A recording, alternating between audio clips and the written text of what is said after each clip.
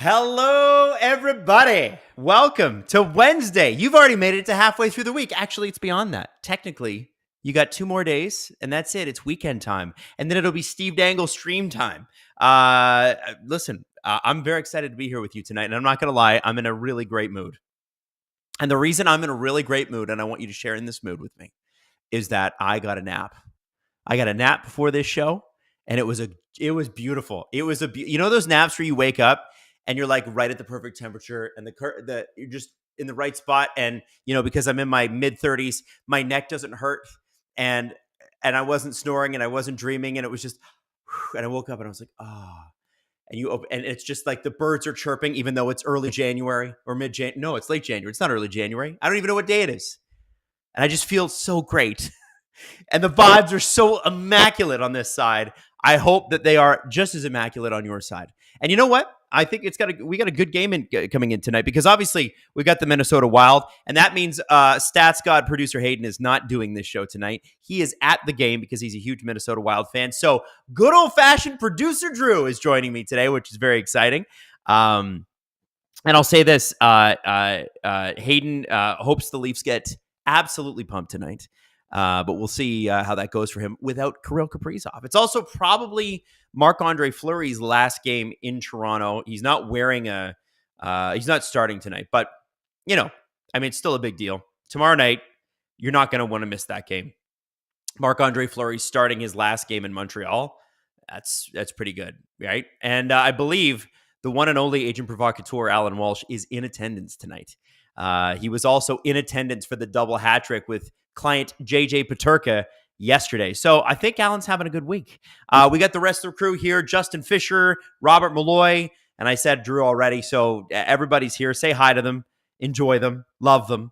Tyson Barnett. Good evening, Supreme Gripper Adam. Is that my title? I'm Supreme Gripper. It's great. Jason in Kansas City says leave Drew alone. He's having a rough week. Drew, I don't know if are you able to even come on? Are you able to come on?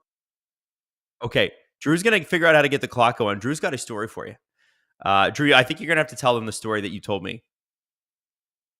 The Uber Eats one. Yeah. I think you're going to have to tell them. So you want to talk about having a rough week? Drew's got a good one for you whenever he figures out the clock, so we're going to let him do this.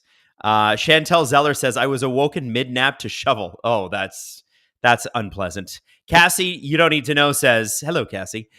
You enjoyed my dad jokes from Saturday? I sure did, Cassie. I listened to, I don't know if you guys were hanging out on the stream on Saturday, but I actually listened to the entire thing on the way home like it was a radio broadcast. And no disrespect to radio broadcasters, but I actually enjoyed it. So I don't know if you're ever out in the car and you're listening to Steve and he does all the, he does basically play-by-play. I really enjoyed it. It was great. So that's what I did. I don't know what my cell phone bill is going to be, but my data plan's pretty good. So I think I'll be all right. Cassie gifted 20 memberships, kicking off the night. And remember, if you get a gifted membership from Cassie, please tell her thank you. It is time. You must do it. I'm just going to tweet this out here. What should I say in my caption? Hey, guys, watch me or I'll watch you. There you go. That's not creepy at all. Posting. Boom. And then I'm going to put this on Blue Sky as well. Are you guys on Blue Sky? You should join me. I'm not sure if it's going to last, but I'm not sure if anything's going to last these days. So I do both and go, what the hell? Let's see what happens. So kind of an interesting matchup tonight with the Minnesota Wild without Kaprizov in the lineup. Hayden, even though he's at the game, did do some stats for us. The Leafs have won 5 of their last 6 versus the Wild. Toronto lost earlier this season 2-1 in overtime, which I'm sure Hayden loved. 4 of the last 7 matchups have gone to overtime or shootout. So they're always close games. Matthews and Marner are both over a point a game against Minnesota in their careers. They are the only active Leafs that are over a point a game. So Matthews has 11 goals and 5 assists. Marner with 4 goals, 12 assists. So I would assume that Matthews doing most of the scoring, Mitch doing most of the assisting, and that's sort of how it's always worked, though. Minnesota is without Kirill Kaprizov, and we mentioned this. So they haven't confirmed it. I said it on the show today, but it's pretty sure that he is going to get surgery. It's probably not going to be a long-term thing where maybe he's out till the end of February, which kind of is a double-edged sword for the Wild, because obviously you want to have Kirill Kaprizov in the lineup. That's great. Oh, it's only going to be 4 weeks. The problem is with him on long-term injury reserve, he is going to not help them accrue cap space right in time for the deadline. And remember, this is the third of 3 years where the Minnesota Wild have this insane cap crunch. They made the playoffs the first year with it. The last year they didn't quite make it. This year they've had a great start. They were matching the Canucks win for a while, and they want to add to this group. And this summer they're going to have $1 bazillion to spend. It's going to be crazy. But the reality of the situation is right now they don't have a lot to add. So this team has got to kind of make it work the way that they are. So this is going to be it's going to be real interesting going into the trade deadline to see what they can actually do. Philip Gustafsson is going to start for the Wild. He is 19, 10, and 3 this year, 913 save percentage, 3 shutouts. He's been very, very, very good. Like, if you can say that there's been a goalie like Anthony Stolarz and Joseph Woll were in the top 5 for save percentage for a while. I think Anthony Stolarz is actually at the top, but he's played a lot less games. Philip Gustafsson was the guy that was kind of leading the charge. He's been spectacular. And as we mentioned, Marc-Andre Fleury's last game in Toronto tonight, just for fun, his career stats versus the Maple Leafs, 19, 13, and 5, an .896 save percentage. Weird. And he did shut them out on Halloween 2015 when he was back with the Pittsburgh Penguins. And that was before they won those double cups in the mid-2010s, which is kind of nuts to think about. Anyway, Alan just tweeted out that he's there for the warm-up. So there you go. Alan Walsh is there tonight. Let's see what else we got here. Who else is here? Okay. Philip Grubauer on waivers the day after the mom's road trip. I'm glad they didn't do it to him during the mom's road trip. It's crazy. The downfall of Philip Grubauer is kind of nuts. Like, when you think about it. Marc-Andre says, Adam, stop hating on the Ducks. I wasn't hating on the Ducks, man. I was complimenting the Ducks.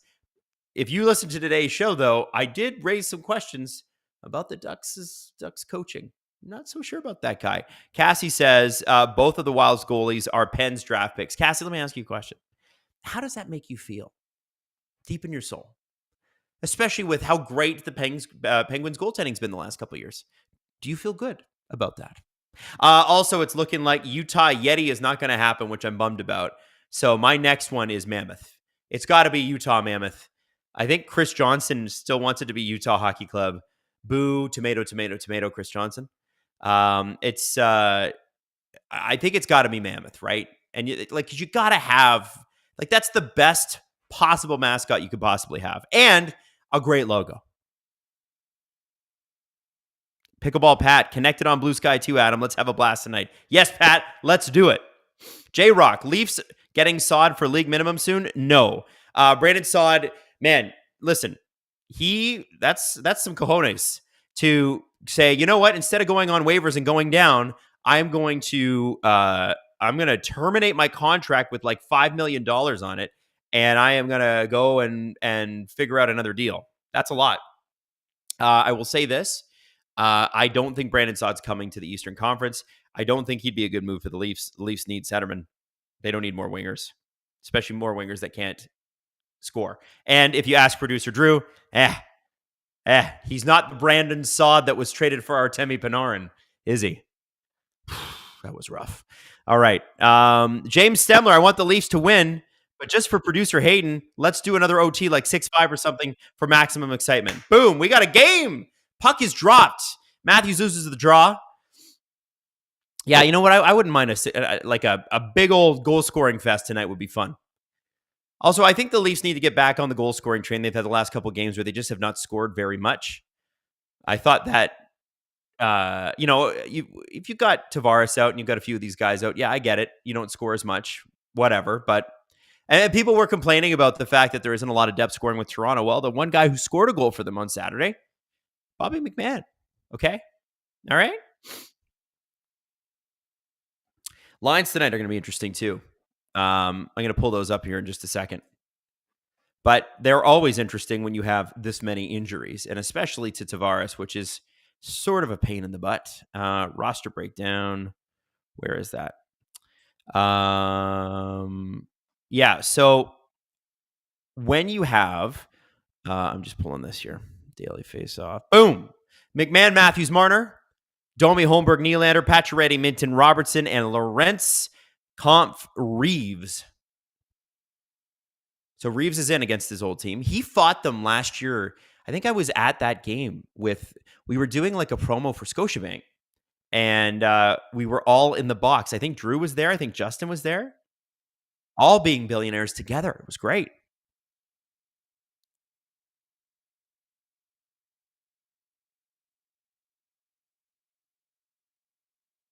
Oh, Benoit is just. Oh, Benoit almost allowed a nice little breakaway there. That's not great. We don't want that. I think he's had good games and he's had not so good games. And we need a good game. Clock is on screen, so I don't have to clap.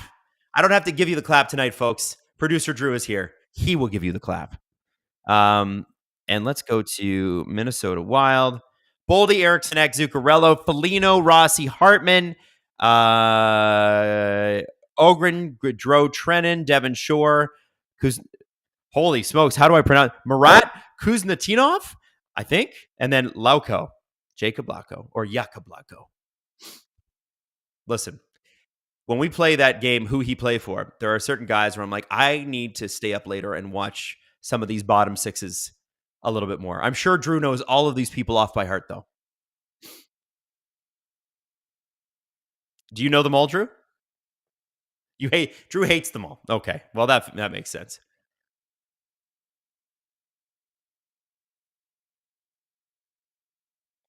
Drew, I can barely hear you. You're super low, bud.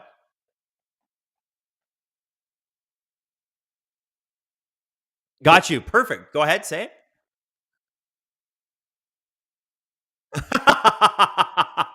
Drew does not want me to tell you that he's giving you the clap, even though he's giving you the clock. That's what he's giving you.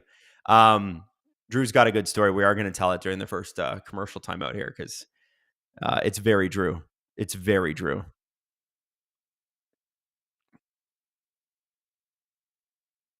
Jesse Adlington, Jakob Lauko is missed from a Bruins fan perspective. Well, I think honestly, anybody that's watched the Bruins the last couple of years and then is seeing their downfall now, I would want to just I would call David Krejci and be like, any chance you can get on a treadmill and get back for the playoffs? I think they're going to make the playoffs. I do think they're going to make it. I have a hard time believing they wouldn't make the playoffs, don't you? Like, if you look at who's at the bottom, there's 4 points separating the Ottawa Senators, who are third in the division, from like the Philadelphia Flyers, who are 5 or 6 teams out of a wild card spot. That's how it is tight. It is real tight. And I wonder a little bit if the Bruins and Lightning just kind of get old and gray about it and go, okay, fine, we'll confirm that we're making the playoffs now. They'll just start winning games that they shouldn't because they haven't gone away. They've slipped slightly, but they haven't gone away. Nice little turnover there. Matthews crossed the line. He's got Marner and McMahon. Pass goes kind of deflected. Back over the red line, there's Oliver Ekman-Larsson to Chris Tanev, who might make Team Canada. He's in there. They're discussing it. Mackenzie Weegar might make Team Canada. Drew Doughty is supposedly the guy, but we'll see how he plays. I believe he's playing his first game tonight. First game all season tonight. Can you believe that? Tomorrow. It's not tonight. It's tomorrow. I mean, on one hand, I'm like, he just got back. Does he want to play? On the other hand, I'm like, man, what a perfect spot to warm Drew Doughty up for your playoff race by having him go play with and against the best players in the world for 3 or 4 games. I think that's good practice. Canadian Girl 83 dropping 5 SDPN memberships. Thank you. And by the way, if you get a membership from somebody, make sure to thank them. Joseph Bertone, Adam Turner, Hamiza Faridi, Hubie, Tobias Frost, all of you. You must thank Canadian Girl 83. Dude Guy 777, Oilers do not want Bouchard in the Four Nations. I don't think Bouchard's going to be in the Four Nations. It's not because he's not great. It's because they have enough offensive defensemen, I think. Probably going to need more defense. Like if you're replacing Petrangelo, you can't replace every part of Petrangelo, but what part of him do you want? That's why I feel like if it doesn't work out with Drew Doughty, who's like a lock to make Team Canada most years, um, I think Mackenzie Weegar might be the best choice. Although my heart says Chris Tanev. What? Oh, that was offside. Pacioretty's back in the lineup. Couple of games off. Bubby says, "Who is Alan Walsh cheering for?" I think he's cheering for Max Pacioretty. Stephen Patriquin, I'm feeling a Robertson goal tonight. You know, we get that a lot on these streams, and we don't get enough Robertson goals. I think we've had like one or two. Um, a lot of people pull in for Nick Robertson. A lot of people want. It's kind of cool, right? Because a lot of prospects in Toronto, they come in with like unreal expectations. They don't live up to them, and people are like, "Well, this guy sucks. Trade him." And he's just a regular NHLer. Nick Robertson, it's like this guy doesn't suck, and I feel like he should be getting better than what he's getting. Listen, there are flaws to Nick Robertson's game, but we want a goal, and he can score goals. Also, I've liked Bobby McMahon up with Matthews and Marner. I think he's done a good job. Obviously, that's Nye's spot, but good fill-in. Oh! Marner in on Gustafsson. Matthews had a little bit of a rebound. It was cleared. Oliver Ekman-Larsson back at center. Back to Tanev, his defense partner tonight.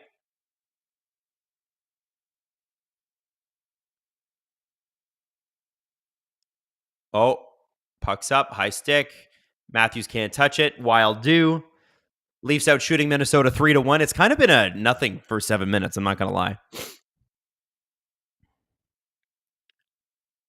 Gary Hall says, I am subscribed, and I have told my friend. Gary, do you have more than one friend? Invite them. Make them a part of Gripper Nation. Charlanche the third. No, wait, what is it? King Misogyny. Habs own the Leafs. I mean, you won a game. Actually, no, you didn't. We won that game. Leafs own the Habs. Maybe it's fair to say Habs own the Leafs if the game is only one period long. All right, here we go. Behind the net, Riley gives the puck away, and it's in the net.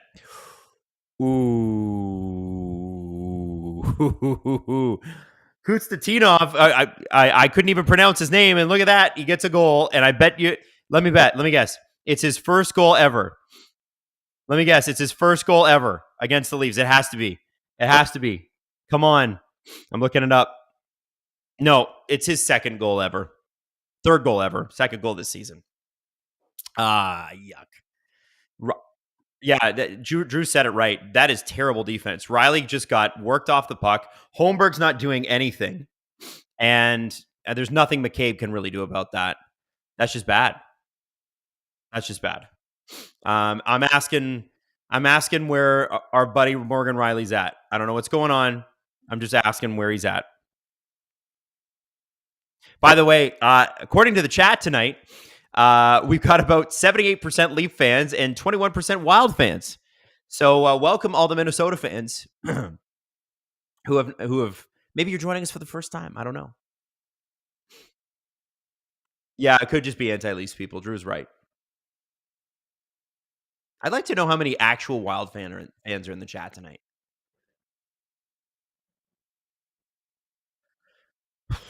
Okay, well, I'm going to shake this off. Vibes are still good. Feel a little sad that was that easy. Okay, here we go. We've got some questions. Tyson Barnett. Holy smokes, Tyson. $50 super chat. What? That's crazy. All right. Hey, Adam, given the stories of quiet fans at home, do you think part of the regular season is that most fans don't care about the regular season results and only care about the postseason results? Why would these fans care about Game 53 in January? They care because they're fans. And fans want a team. Oh, here comes Nick Robertson. Nice little play. Maybe, chat, maybe you're right. Maybe Nick Robertson is scoring tonight. Robertson again. Oh, hang on, Tyson. I'm coming back to your super chat. Wow, Nick Robertson with two prime opportunities there. Okay, yeah, so fans all care. The reason that the arena is quiet is obvious. You've got people there who are, especially during the week, coming from their jobs, so they're already a little tired. And they're entertaining clients and they're talking to their clients and they don't want to act like a fan in front of their clients because you got to act like you would in front of a client, right? You got to, behave yourself, and you can cheer when they score, but you're not going to like swear and paint your face blue and do all the things that fans normally do at other arenas. And that is good and it's bad. It's good because it pays for this world class group of people that work on the Maple Leafs behind the scenes, the medical staff, scouting staff, really good staffs, analytics staff, but also it makes things pretty quiet. Ryan Reeves said, I read a quote from him today, and he said, he's like, sometimes the fans have it and sometimes they don't. And he's like, sometimes we have it and sometimes we don't. He's like, that's just part of it. And he said, I heard some Revo chants when I was fighting. So I don't know. I don't think it's because people don't care. I think it's because people who afford it are at home, or can't afford it are at home.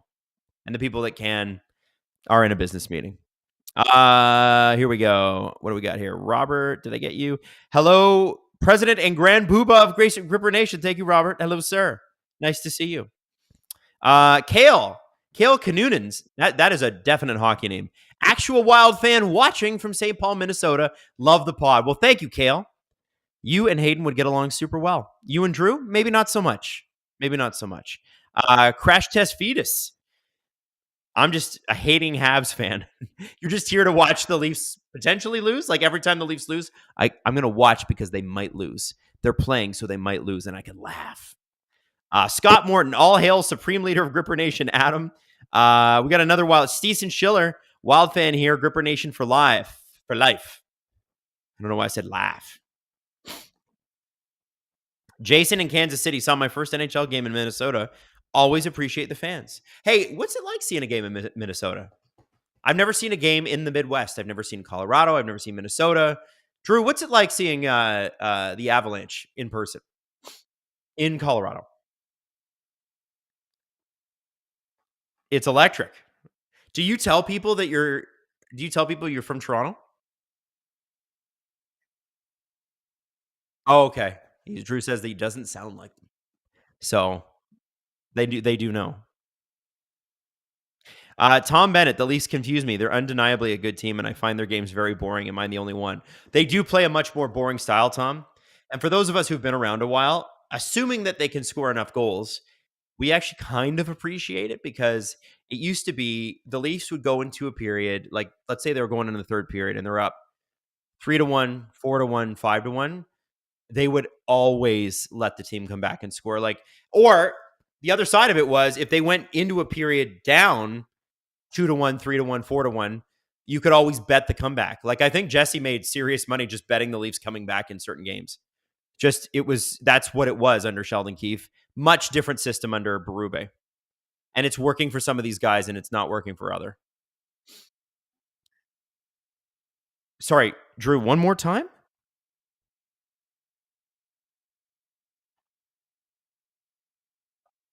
Morgan Rielly is now minus 17 this season? And the next closest on the Leafs is a minus 6 from Philip Myers? Oh, that's really bad. Like, listen, plus minus is a stupid stat, right? But when it gets goofy, there's smoke. And that's goofy. He's on pace. If you kind of double it up, we're about midway through the year, just over. He could be like minus 30 if this continues by the end of the season. Like, that's not out of... That is an oof, baby. That's an oof. I guess every team's got a player that's struggling, but yikes, dude.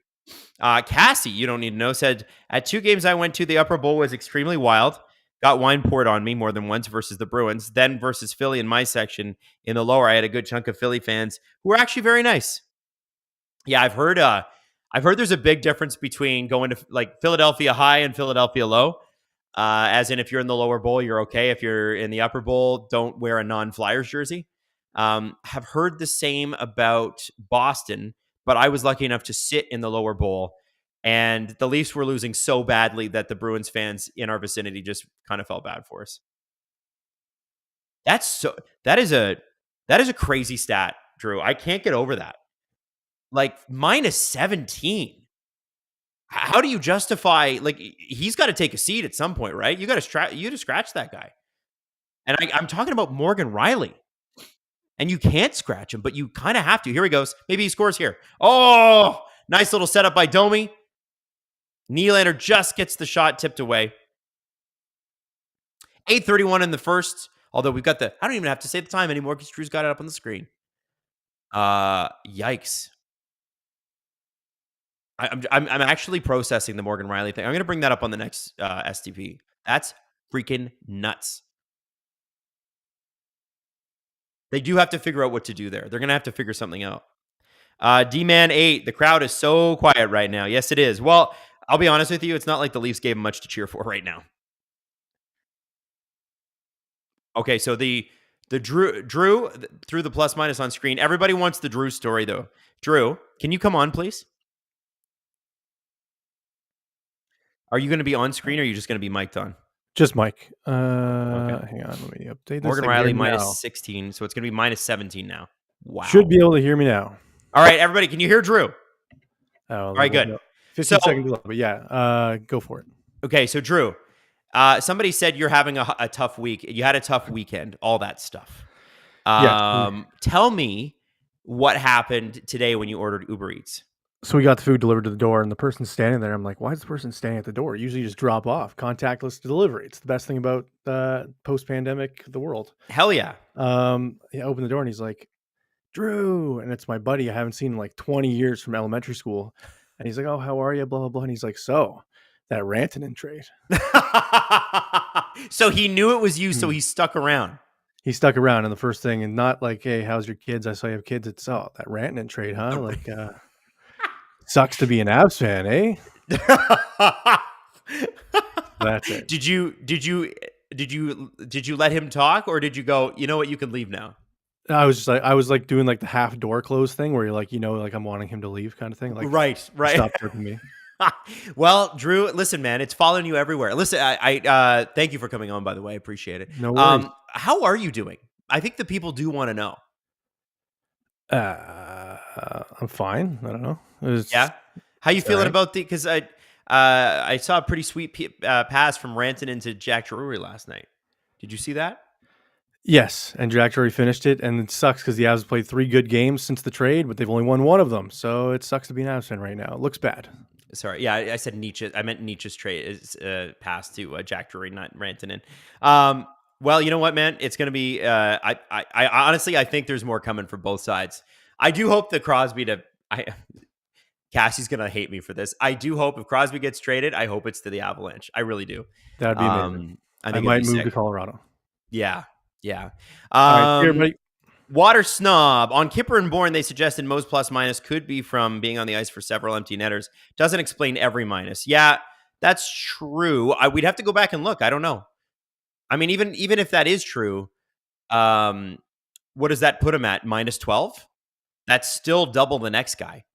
Boy, Matt Benning played 7 games as it was a minus 5. Yikes. Ooh. Oh, here we go. Robertson's having a game, guys. Maybe we get a goal from him. Oh, Philip Myers overcommits. Simon Benoit is back. See, we got to watch out for Philip Myers, too. Now, to be fair to Philip Myers, a lot of the season he's played as Morgan Riley's defense partner. So is it that Philip Myers is getting minuses along with Morgan Riley, or is Philip Myers the problem and Morgan Riley is just trying to save Philip Myers? Who's to know? Cassie says those okay. So Cassie was talking about sitting lower bowl. There goes, that was Nylander from his butt. Those were in Toronto, but I knew from Pittsburgh. That's why I was surprised the Philly fans in the lower bowl with me were so nice. Oh, that's good. Oh, yeah, I was surprised. I'd be surprised too. I think, like, if you get a really contentious game in Philadelphia, I can imagine wearing the opposing team's jersey in the stands could be a little scary. Like, imagine rolling into Philadelphia in a playoff series and it's game 7 and it's been nasty. I think that would be, got to be careful. Maybe be quiet about it. Maybe shut up. I feel like the Islanders would be like that too. Like, Islanders fans are bonkers. They're crazy. Preds fans are super nice. They got good chance and everything, but I wouldn't be like afraid of being beaten up. There are certain cities where I'm like, there could be a fight. I remember a couple game sevens ago. I feel like it was the game seven that the Leafs lost to Tampa, where Justin Hall got that stupid minor that should never have been a penalty, and it negated Tavares's goal. Um, there were Leaf fans fighting other Leaf fans after that. Just the self-loathing in this city is unbelievable sometimes.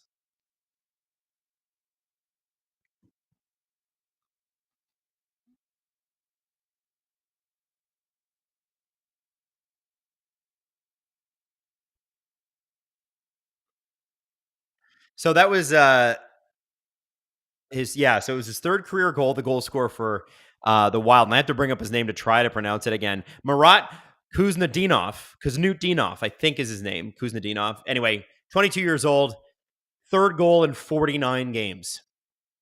Cool. Cool. It's always those guys, man. You know what? The only thing that could make that more perfect was if, oh, for God's sakes, we just took a penalty. The only thing that make it better is that he grew up in like Woodbridge or something. He's a Toronto guy, and there's 30 of his family members in the crowd. I know that's not him, but that's what it was with Fantilli and Del Bel Belize or Belouz. I can't remember his name. Yeah, this is nuts.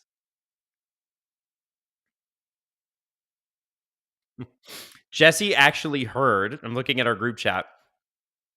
Jesse heard Joe Bowen say on the broadcast. You ready for this? Joe Bowen, who does the radio broadcast for the Leafs, is a legend. Joe Bowen, after the first goal, Morgan Riley is now a minus 17. That's what he said. Oh boy. Yuck. That's not good. Emily DeJesus or DeJesus. Emily didn't say anything, but she did drop a $4.99 super chat. So I'm going to guess that Emily wanted to say, Adam, how was your day? You know what, Emily? I appreciate you asking. My day was great. Super. Robert Bett, I think I'm with Jesse. I think the Rangers can leapfrog the Bruins. As a Leaf fan, I can only hope that Tanev Riley or Tanev McCabe. Sorry. I'm with Jesse. I think the Rangers can leapfrog the Bruins. That's one sentence. And we were talking about it today on the show. I think the Rangers can make the playoffs for sure. I can only hope that happens, is what he means, because we don't want the Bruins in the playoffs. Do you like Tanev Riley or Tanev McCabe better? And do you think it will change back? I like Tanev McCabe the best when you need defensive help. I think if you put Tanev Riley together and Morgan Riley comes out net neutral right now because the guy is struggling, yeah, I would say that I think you play Tanev and Riley together and let Riley try to find his game. Guys, I have to ask you, like, I've never seen him play like this. I swear he's injured. He must be injured. He has to be injured. There's no other justification. And Emily, apparently what Emily said was thoughts on the Stone hit, as in Mark Stone? I don't think I've seen it. Maybe I should watch it over the I'm gonna have to see it. I haven't seen this. I haven't seen the hit.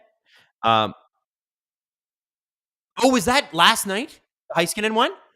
Oh, I mean, listen, Mark Stone. Mark Stone's got a history. He's one of those guys. He's like Kucherov. He's like Malkin. Outstanding player. Oh, there we go. Another goal. Tripping penalty. Goal. Jesus. Terrible. Wow.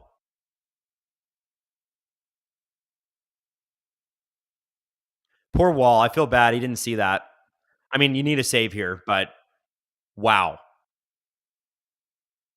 Just clean. Hayden's probably having the best time. Oh, the Leafs player did it. So Matthews tipped it. It bounces and it goes through Wall. Oh, come on. And I had such a great nap, too. Give me the vibes, Leafs. Give me the vibes. The Stone hit. Mark Stone, Emily, is a guy that loses his mind every once in a while, and you just have to be aware of that. And I thought it was dirty and probably deserved dare I say, a suspension for a game? Maybe even a $2,500 fine. But, you know, uh, less NHL player safety do the job. Listen, we could rant about NHL player safety just about every week on the show. There are times where I avoid it because I don't want it to get tired. It just sounds like you're complaining. But there are times where it's justified, aka what happened with Kucherov earlier this week. You know, maybe they're on vacation. I don't know. Scott Morton, Robertson to Nashville in a package for O'Reilly. Scott, I mean, I don't know what Ryan O'Reilly's going to cost. I imagine that they would want some sort of top end prospect and a pick, like a high end pick. There's going to be a bidding war on centers this year. Brock Nelson will be the guy that everybody wants. I know the Leafs want him. Ryan O'Reilly would be perfect for what the Leafs need. Oh, man, the Leafs defense stinks tonight. Holy moly, Morgan Rielly. That Joseph Wall just saved Morgan Rielly's plus minus. It could have been worse. Wow. Here's Robertson, who's the only Leaf who's had like legitimate scoring chances already. 3 minutes left in the period. Yuck. This is just a snore. Raymond A. Black. I adore Adam Wylde. Ray! I know Raymond A. Black. Hello, Raymond. I hope you're doing great, my friend. Oh, I love seeing all the walls in the chat, by the way. Love the brick walls in the chat. Bricked up. Chat is bricked up. I love that the vibes are good. Emily De Jesus is asking how you send subscriptions. Emily, I believe, is in the right. You see you go. Oh my God, my brain is not working anymore because I'm so mad at the Leafs. No, you go to the corner there where you can do super chats, and it shows membership gifting, and that's it. That's all you have to do. Hey, there's a Drew crew. Some Drew crew here, Drew. I didn't know you had a crew, Drew. Damn, the Drew crew. It's growing. They're here for the Drew. And who can blame them, really?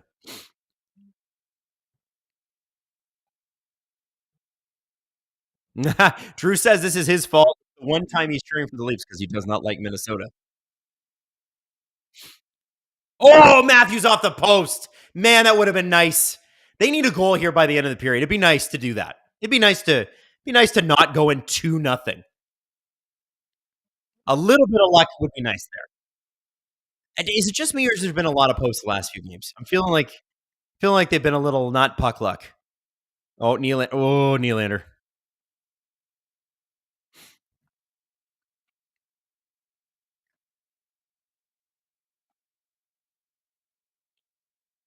Okay. Domi down deep.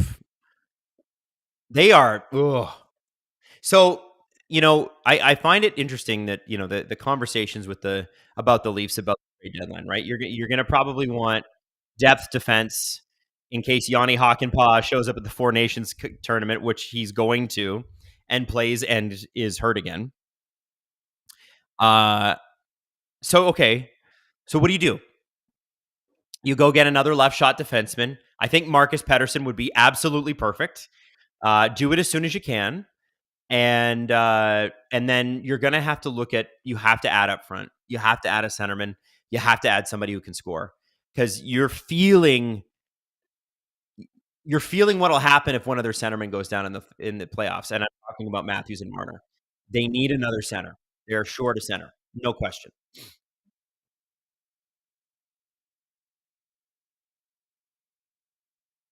Oh, Faber almost had one there too. 10 seconds to go.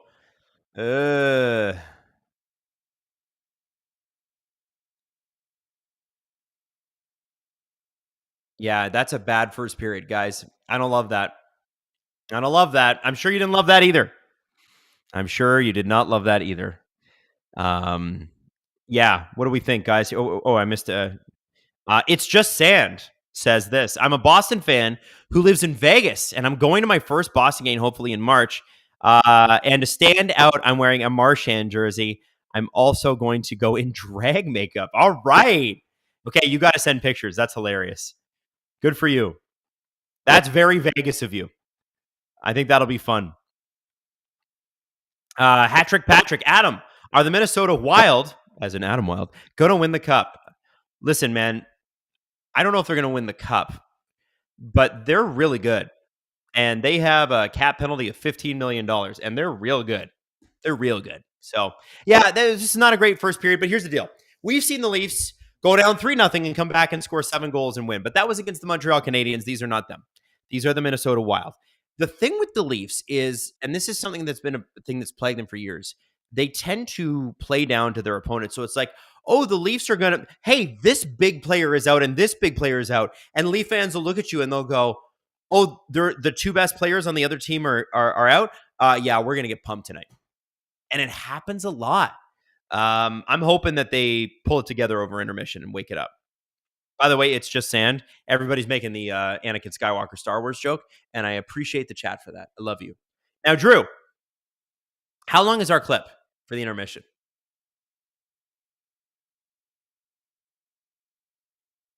About 9 minutes. What are we talking about in?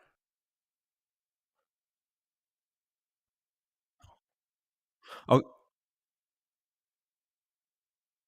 okay, so this is from this weekend. Alan Walsh and I and Jesse went down to London to speak at the Ivy School of Business at Western University, which is very prestigious. Now, you're probably going, Adam, that's pretty cool that you what a prestigious thing. And I was like, yeah, it is. But we were there really because Alan was invited. But Alan was on fire. And the show is criminally underwatched. Like this one episode of this show is insanely good. So I'm going to play you a clip from it because it is about his entire career and how he went from being a guy who was an LA County prosecutor to a guy who gave all that up to become an agent to a guy who completely ran out of money and got locked out of his own hotel room to the guy he is today, which is a real success. And this has to do with how he established himself in the Czech Republic. So have a watch, have a listen, and I'll be back in 10 minutes. And it was breaking their heart as they explained to me how so many good players with families who have the dream of playing over in North America were getting screwed over by these two agents. And they said to me, please come to Czech Republic, come to Slovakia.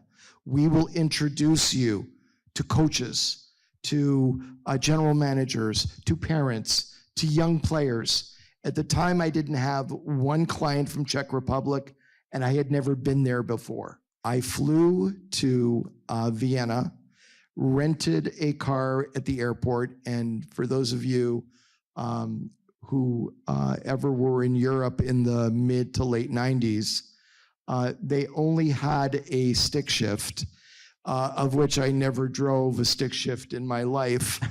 So was completely humiliated not being able to get the car into first gear as I tried to get out of the Vienna airport. You stalled it a couple times? Did that a couple of times. I'm terrible with a stick shift. Finally got the car in first gear and got going, and from Vienna drove to Bratislava and met a bunch of people there, and that's Slovakia, and then came down to Ostrava and met a bunch of people there, and then drove to Brno, met a bunch of people there, players, parents, coaches, and then from Brno made my way to Prague. And I'd say in the course of 1 week, probably had about 60 meetings and met 60, maybe 70 people, and started planting seeds. And the one thing they asked me, are we ever going to see you again? Are you ever going to come back, or is this a one-time deal? And I made a promise to everybody that I met that I was coming back, and I was going to keep coming back. And I was going over 6-7 times a year and traveling all over Czech Republic. I mean, I can name you the cities, Olomouc, Jihlava, České Budějovice, Karlovy Vary, just driving, meeting. And I met someone who I really liked, and he was a former NHL scout living in that part of the world, and we started working together. And one day he calls me and he says, Alan, I am so sorry, but I can't work with you anymore. And it came out of the blue. And I said, what are you talking about? We're doing great. This is, I love working with you. Why? Well, one of these two agents had called him and told him that if I ever come back to Czech Republic again, they're going to have me killed. And he was terrified, not for him, he was terrified for me. And he said, you are such a good guy and I love you so much. I can't be the person responsible. I can't work with you anymore. Don't ever come back here. These are dangerous people. They're serious people. You better not come back. Well, you don't say that to me. So a week later, I flew to Prague and made a point of getting info on where this other agent was going, what rinks he was going to, and made a point of going in and, being an idiot, while I was there. And later on in that year, I'm in Fusen, Germany, which is up in the mountains, at the under 18 World Junior Championships. Big tournament. Canada had a team there, US, Czechoslovakia, Russia, and it was the big game between Czech Republic and Slovakia. There's probably 150 NHL scouts in the building from North America. All the chief amateur scouts from every NHL team. There were a bunch of NHL general managers who had flown over and were at these games. Probably 30, 40 assistant GMs. And at the time I had met my wife, we weren't married yet, and she had come over with me. And we're sitting on the aisle after the first period. And this agent who had threatened me through the gentleman working with me is coming down the aisle. And when he got to where I was sitting, I was actually turning and speaking with my wife. He sucker punched me. And I'm kind of feel a motion on to my right. And as I'm turning my head, bam. And he starts screaming at me in Czech, which I don't understand. So he was kind enough to bring a translator with him who was standing next to him. And the translator is yelling at me, he is very upset with you. He is very angry with you. You come to his country and steal his business. And my wife's like, oh my God. And I kind of like react, and a bunch of scouts like jumped in between us and hustle him down the stairs. And I've got, a little welt that's starting to grow on my cheek. And a long time before that, one of my mentors gave me some advice. And for some reason, I started hearing those words in my head at that very moment. And that is, think like a lawyer. Think like a lawyer. So I was not going to fight this guy in Fusen, Germany. So I went down the stairs and I found the arena manager. And I said, I have been assaulted and I want to make a police report. And he said, no problem, are you okay? He saw my face. I sat in his office. He gave me some water, very nice guy. And about 20 minutes later, these 6 German commandos walk in with guns strapped around their legs. And they sit down with me and we talked, and former prosecutor, and we kind of bonded a little bit, and I fill out a criminal complaint. And they called the judge and they had me swear on the complaint, sign my name, and the judge authorized an arrest warrant. So it's now the third period, and this agent is sitting in the stands with all the parents of all his clients on the Czech team. and 4 commandos on each side start running up the stairs, pushing people out of the way, grab him, drag him to the stairs, pounce on him, handcuff him behind his back, and start dragging him down 18 stairs. They pick him up when he gets down to the ground level. One commando had a door on the side swing open. There was a paddy wagon with the doors open. They picked him up and ran him out the door and threw him into the paddy wagon. Door slammed, and the thing took off with sirens screaming.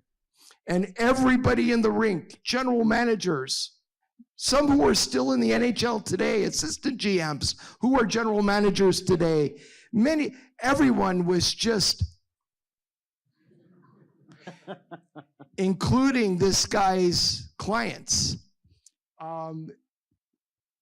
There was a player on the Czech team who was 17 years old, and the agent had a meeting arranged, which he couldn't meet because he had other commitments at the police station. Yeah.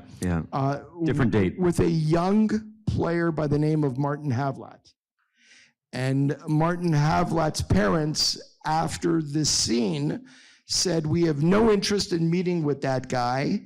Horrible what he did. Horrible, horrible." Martin Havlat ultimately became a client of mine and was a client of mine for his entire NHL career and is still to this day one of my closest friends. Ended up being a first-round pick of the Ottawa Senators and had a fantastic NHL career, Olympics and World Cups and so forth. And that was sort of the turning point in Czech Republic. And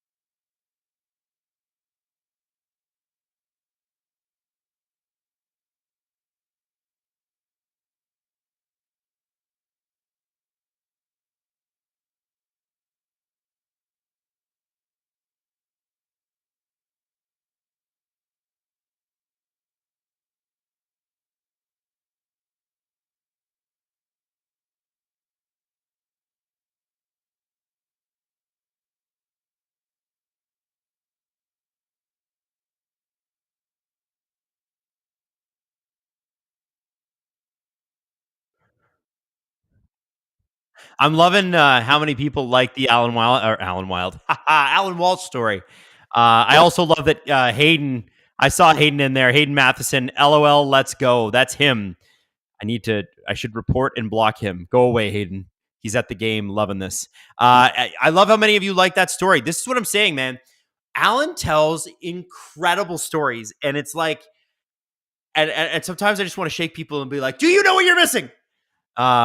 This show is incredible. It is amazing. And that episode in particular, incredible.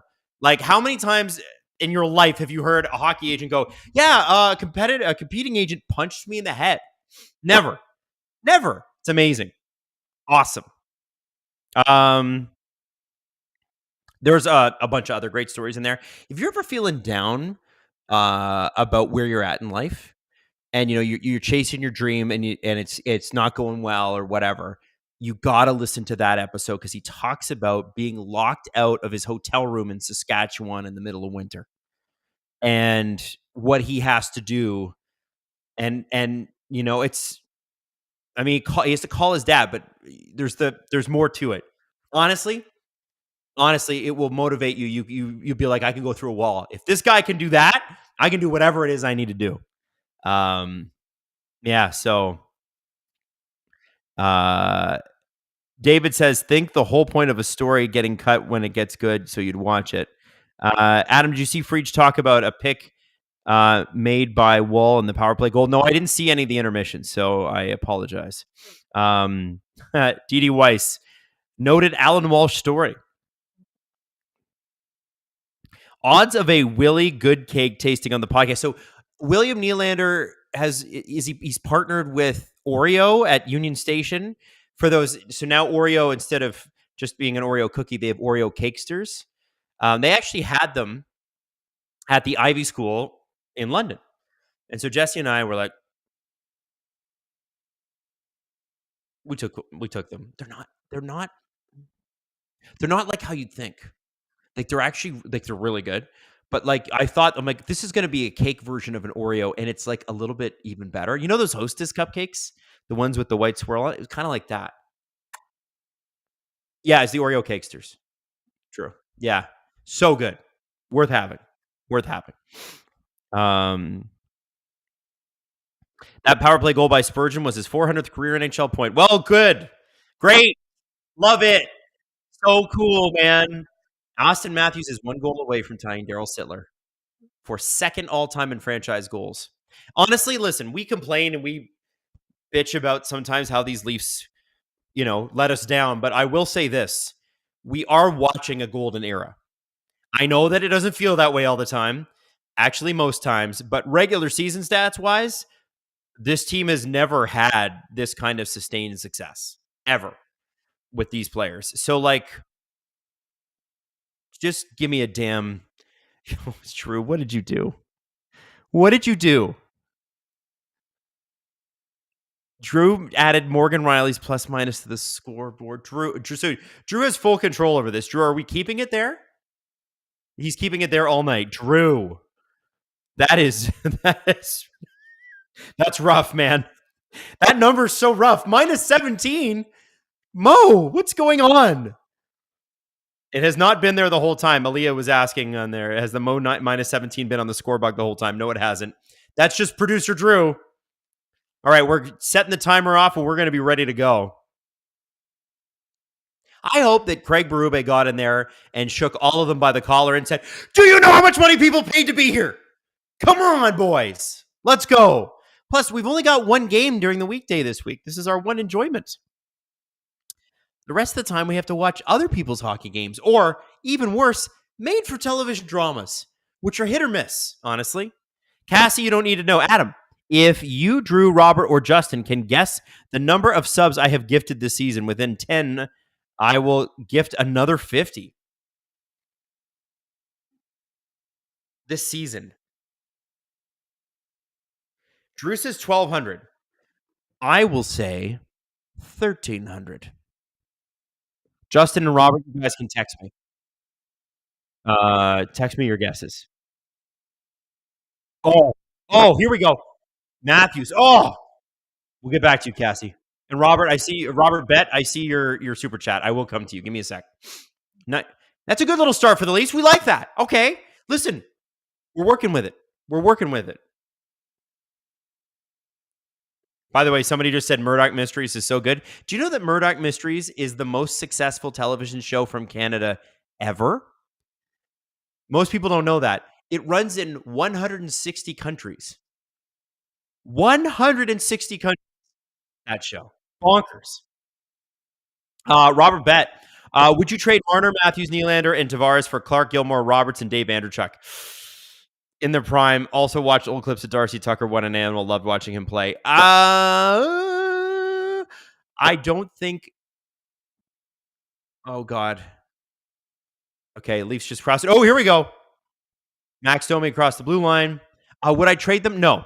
I want to see these guys do it. Minnesota coming in on the Leafs. There's Rossi. Back to Hartman. Oh, misplayed. And Joseph Wall with a grab there. Drew, what did you say? Oh, okay. Sedin Magic 15. Evening, Adam. I'm thinking Hayden is having a great time tonight. He is. He's at the game and he's been in the chat. So if you see a name called Hayden Matheson come up, Hayden's mom joined us last week on the stream. Hayden is hanging with his dad now at the game, having a good old time being a Minnesota Wild fan. Wes Richard. Hey, Adam. Just got home from an 11-hour shift. Oh, boy, Wes, that's long. Did I miss anything interesting? How do we look tonight? Well, chat, let's tell Wes how they look tonight. They look not... Listen, the period wasn't terrible, but the goals weren't great either. And they didn't get a ton of real scoring chances. They got some shots, but it wasn't great. I would say boring. And also bad because they're down 2-0. But, that's one period, man. There's 2 more periods to go. Oh, Wes gifted 5 SDPN memberships after that big long shift. Wes, thank you, sir. Jeff Fast, Matty Cooper, John Keeping, Charles with an underscore, and Zach Strassinger. Please make sure that you thank Wes Richard. I'm serious. I want to see you guys thanking him in the chat, in the stream. If someone gives you a membership, you got to say thank you.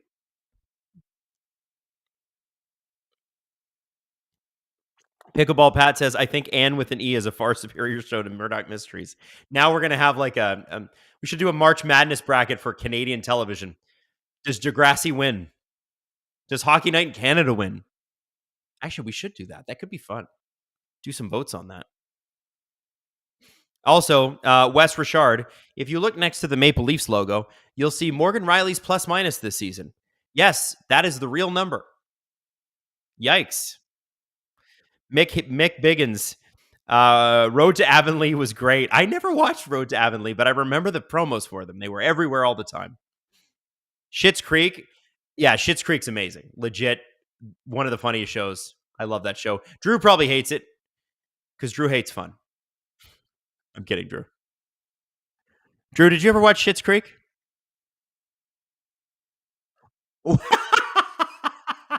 I knew that would be what you said. Drew said it's okay background noise. It's kind of crap. I love it. I love it. Oh.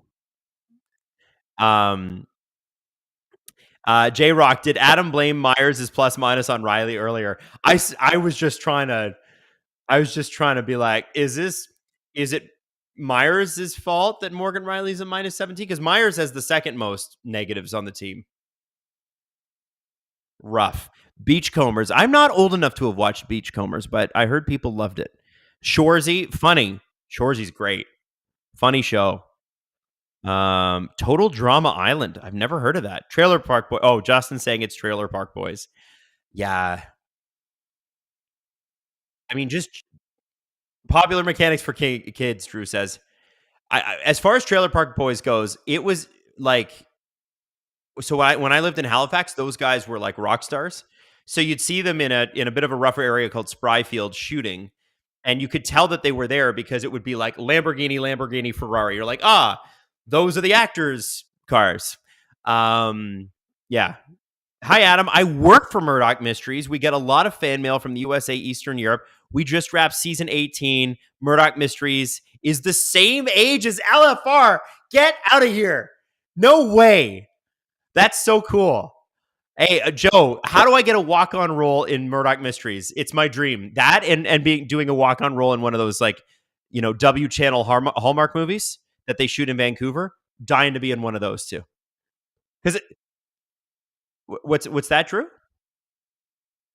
No, Drew doesn't know what Murdoch Mysteries is. Okay, so Murdoch Mysteries, Drew, is a show set in Toronto in the 1850s or 1860s, and he solves crimes, and it's a whodunit, and it's a bit camp, but it's like comfort food for people, and it does numbers, like crazy numbers. You wouldn't. People have no idea in this country how much people around the world love that show. It's crazy.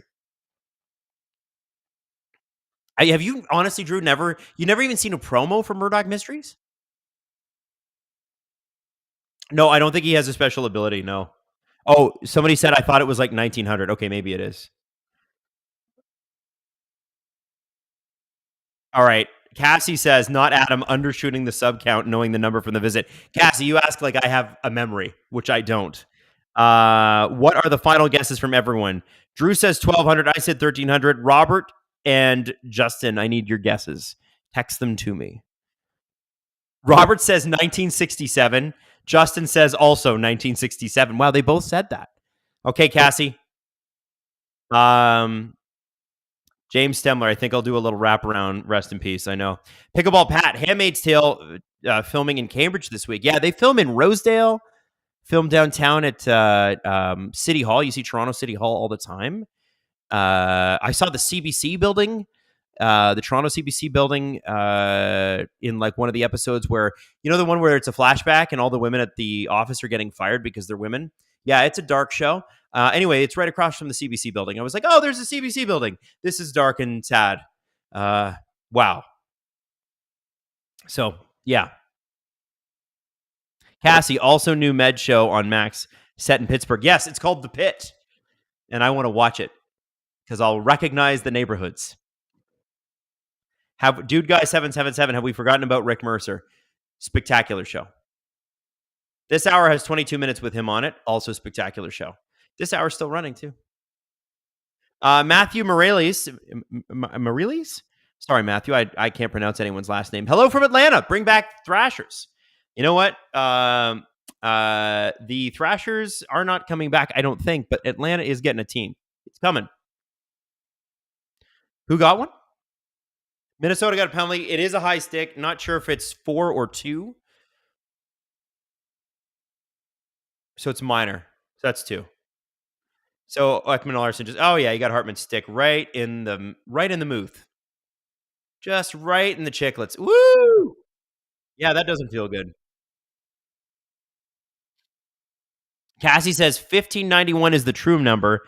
Was 1351 during the visit. Damn, Cassie. That is a lot. We love you so much. You know that. Shout out to Orphan Black for Canadian shows from Hogwash. True. Guys, what about the Steve Dangle podcast? How do we feel about that as a show? I'm kidding. We're talking TV only. Until they put the Steve Dangle podcast on television, we can't call ourselves a TV show. James Stemler says red green, just saying. Leafs on the power play. Let's get a freaking goal here. Okay? How about that? Pacioretty out on the first unit. I like seeing that. Looks like Matthew's stick broke there. That sucks.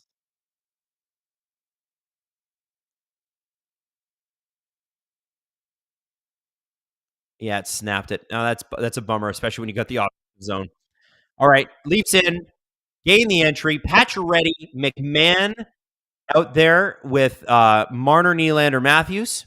No defense on this power play because, as you're well aware, and Morgan Riley's stat line is at the bottom. Yikes.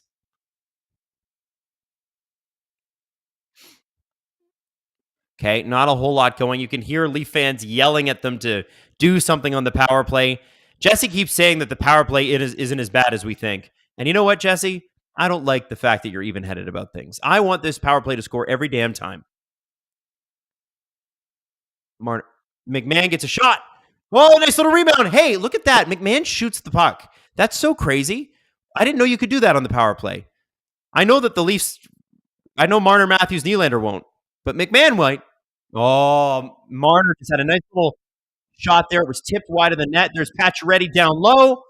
Big body to the net. 9 seconds to go. Good effort today on the power play. Good effort. Robert Bett, greatest Canadian show is King of Kensington, if you remember that. You are old like me. I know of that show. I never watched that show. Scott Morton says, that's reporter Jesse to you, Adam. True. Julian Nikolov, power play is poo-poo. Even Bob McKenzie said it. Well, if Bob said it.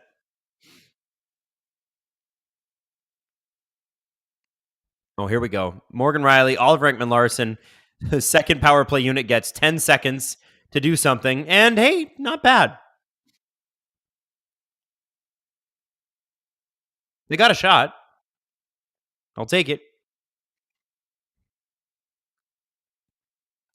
So now it's Minton, Robertson, and Domi out there. I'm not sure that that's the forward group they want out there long term because that smells like, oh, we just got hemmed in our own zone. But Minton, whoa, springs Domi with a great pass. Domi falls. I'm not sure if he was tripped up or whatever, but that was great. Yeah, I think Domi got tripped up there, but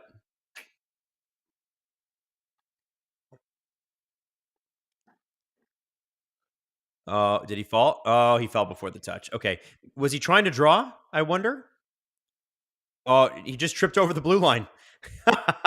James Stemler, what's the single worst plus minus Leaf season ever? Oh boy, James, I wouldn't know that. I'm going to take a wild guess. It happened during the Randy Carlyle years, and it was somebody like Tyler Bozak or something. Because I remember that Bozak JVR Kessel line would score all the goals for the Leafs, but also get lit the hell up. I'm going to guess it's them. Pickleball Pat just launched season 2 of the Pickleball Today pod. Good for you, Pickleball Pat. It was Jim Benning, Vancouver Canucks general manager in 1985. Drew, what was the number? What was the negative number? Drew wants me to guess. So if Mo is a minus 17, what's that? Not as bad as you think. So if Mo's a minus 17, and I think that's bad, I'm going to go Jim is a minus 22. Minus 43. That's pretty bad. No. Minus 43 is rough. But they were probably pretty rough back then. And it's also like it was the 80s, right? So you could imagine that the plus minuses got goofy. Like in Gretzky's 200 point season, the one where he had 92 goals. What do you think his plus minus would have been? Like a plus 80? Can we look that up? Toronto needs Garland to replace Domi. I love Connor Garland, man. I love Connor Garland. He was so good in the playoffs last year. What is it? So Drew, during Gretzky's 92 goal season, he was plus 80. Wow. That's a lot of points. Yeah. Sorry, who was a plus 100? Gretzky was a plus 100 in which season?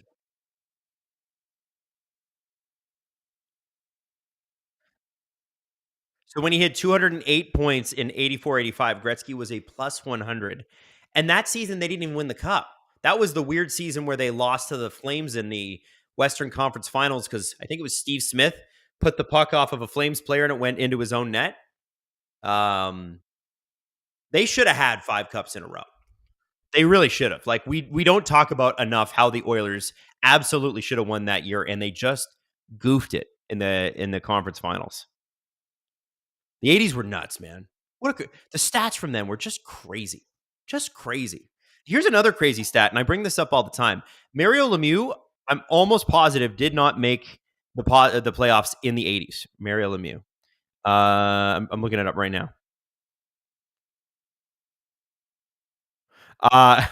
Okay. First off, I'm coming back to that, Drew. Mario Lemieux made the playoffs one time in the 80s, and he started playing in 84-85.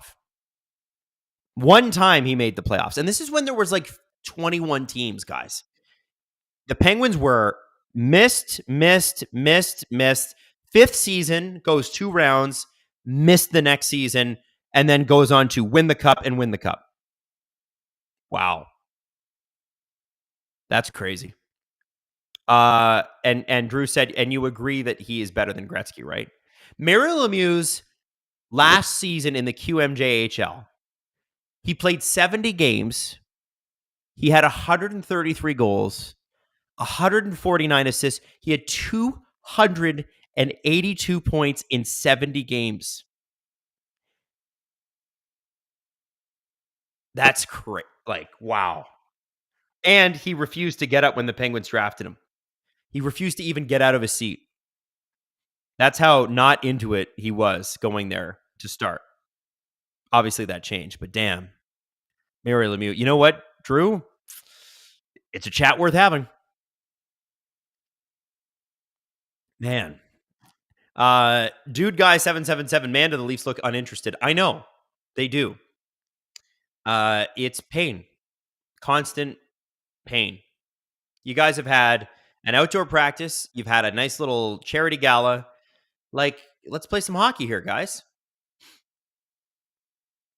I bet Tavares is watching this, like, just dying to get back. Also, he can see his contract number for next year going boop, boop, boop, boop, boop. How do you look without me? Not good. That's what I thought. All right. Sign me. Tanev with a nice little rush end to end here. Shot off of Gustafsson. Back to Morgan Riley. Riley tried to kind of just do one of those slap passes in. Riley pinching now. Moves back. Oliver Ekman-Larsson at the blue line. Tanev off. Riley and OEL at the blue line. OEL with a nice little shot in. It is blocked by the Minnesota Wild. Hey, there was some sustained pressure by the Leafs. There's only 10 minutes left in the second period, and they finally start to show a little bit of signs of life. If they could get a goal here, I feel like that would give everybody a little bit of energy. Riley over to OEL. There's Domi at the blue line.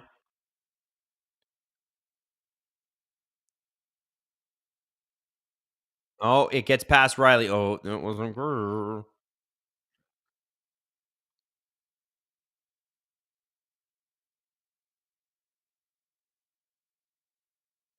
Somebody in the chat, Steven says the Leafs are playing like they're mad at their own coaches. I wish they were playing with emotion at all. Like, I think the only incorrect part of that statement is they're playing like they're mad. That would require you to feel anything at all. This is not a team that's feeling much. They don't have it right now. Whether they can get it by the end of the game, I don't know, but they don't have it. Kaprizov is out, and you're playing like this, guys. Come on. Sedin Magic 15, would you say the Leafs are bumble blanking the puck around? Yeah. I think that they did against the Senators, too. They kind of just were, it was just sloppy, right? But I guess some of their better players are out. Tyson Barnett gifting 5 SDPN memberships. Hey, if you got a membership from Tyson, make sure to thank him. Jonathan Mills, Junis, Philip Van Riesen, Cool Trainer Kevin, and Sheep M5M Sheep. Oh, here we go. Nylander, breakaway king, William Nylander. And it's off the freaking post. That's Matthews and Nylander off the post in this game already. Ugh. Drew says, this game stinks. Thank God we got Adam here. Drew, are you serious? I don't know if he means that or not. He might be joking. Drew says this game is boring as caca poo poo. And he's right.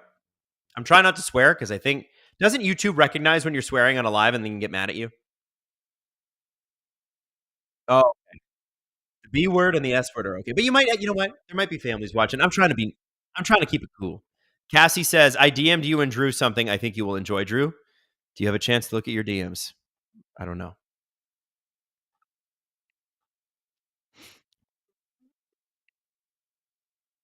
All right. I just can't get over the fact that the Leafs are playing this dead. This is their last home game, by the way, until February 22nd. And they've been monsters at home this year. I think Robertson would have absolutely beat him to the puck there. That shouldn't be icing, but whatever.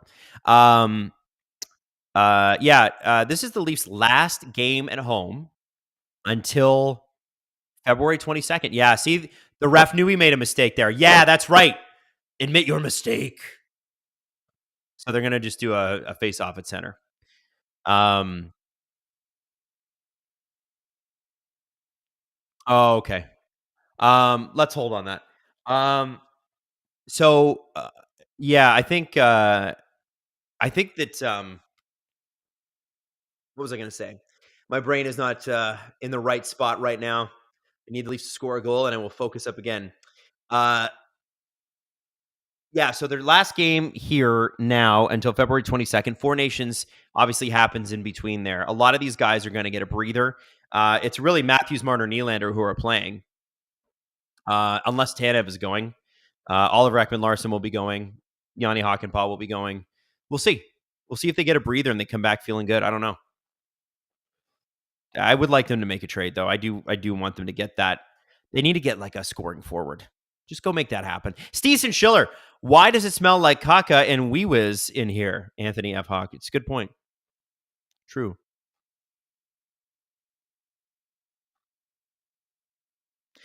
Dodge's Roadkill says, what do people think of Kipper's Mo for Miller trade? I don't think there's any chance in hell the Vancouver Canucks do it. And if Nick were in the room with me, and I know Nick, and he's a really good guy, I'd be like, Nick, what are we doing? If I was on that show at that time, I'd have been like, Nick. Yeah, like Drew said, maybe if the Leafs retain 50% on Mo's deal. And also, remember this. Mo just had a baby. Has a no movement clause. Not going anywhere. Mo's not trade. He is not waiving that. And also, okay, say that again, Drew. It is where he's from, but remember, he's not just one guy anymore. His wife and all of her business stuff is in this city, right? And she's pretty impressive. She's pretty awesome. She's a great athlete, and they have a kid. And yeah, Mo's not going anywhere. Maybe if they talk in the offseason, they go, Mo, listen, it's time for us to move on. Blah blah blah blah. I hope that's not the case. I hope he just finds his game and he's Mo again. That's what I want. But there's no way that Morgan Riley, they would have to add to that. I don't know what it would be, but he's not the centerpiece of that deal if that ever happened. I'd love JT Miller in the Leafs jersey. Imagine JT Miller on a night like tonight. Man, these guys would not know what to do with a tongue lashing like JT Miller would give them. Ryan, what's your Super Bowl prediction, Adam?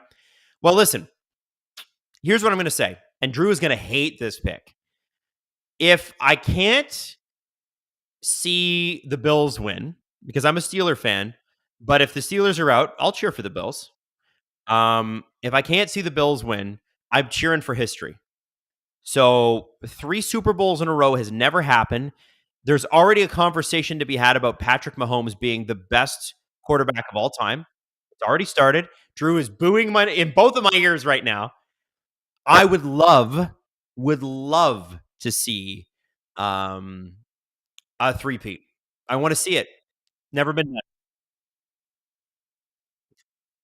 Drew says, do you like cheaters? Do you like cap circumvention? Well, listen, man. I mean, people made the same claim about the Lightning and the Vegas Golden Knights. By the way, somebody said somebody made a good point about Morgan Riley. We will do it if you include Minton or Cowan. Here's the thing with JT Miller, though. I don't think he is going to waive his no trade clause to come to any other Canadian team. Like, I actually don't think that. I think the reason he's got it is because he wanted to play in Vancouver when he signed there, and I don't think he wants to. I believe from what I know, every Canadian team is on that no move if he's enforcing it. He'll go to the States. He's an American. He's not going to be traded within Canada. So I don't even know what we're talking about there. I think that's them going, this would be a fun idea, and then people took it and ran with it. Nicholas Saputa says, I'm booing with you, Drew. F the Chiefs. Now, is it F the Chiefs because it's because they're good? Like, everybody hated Tom Brady when he was good. In Formula One, everybody hates Max Verstappen because he's good. Everybody hated Lewis Hamilton when he was good, although I loved Lewis Hamilton. He was good. Yeah, everybody hates the evil empire. I get it.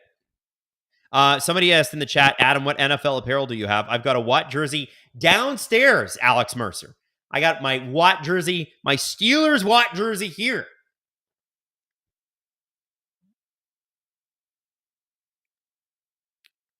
Travis Kelce's going to propose to Taylor Swift if they win. Listen, I think this is Travis Kelce's last year, guys. I think this is it. I think that game in 2 weeks is his last NFL game ever. I didn't think he was that good this year, and he also just torpedoed my team. Maybe I torpedoed my team by drafting him. He also just signed a $100 million podcast deal. Drew makes a very good point. So why beat up your body even more? Get married to Taylor Swift. Go be in a couple movies. Do your sweet podcast with your brother. Life's pretty good, man. You got a good life. Don't need any more concussions or injuries. Chiefs will win. Taylor already paid for it. Drew, do you think that Taylor paid the script writers? Paid the refs for sure. Honestly, the calls on Mahomes, even on last Sunday, were pretty soft. Like, was soft. My wife has just driven me crazy because she's obviously now into football because of Taylor Swift. And she's like, the Chiefs are my team. And I'm like, it drives me up the wall. But I think she likes it that it makes me crazy. And here I am cheering for them. But good little play there. Hey, this Robertson Pacioretty Minton line has had at least a little life tonight. It's nice to have Patches back in the lineup. They are 21-9-1 when Pacioretty plays, guys. 21-9-1. I don't think he should ever be scratched again.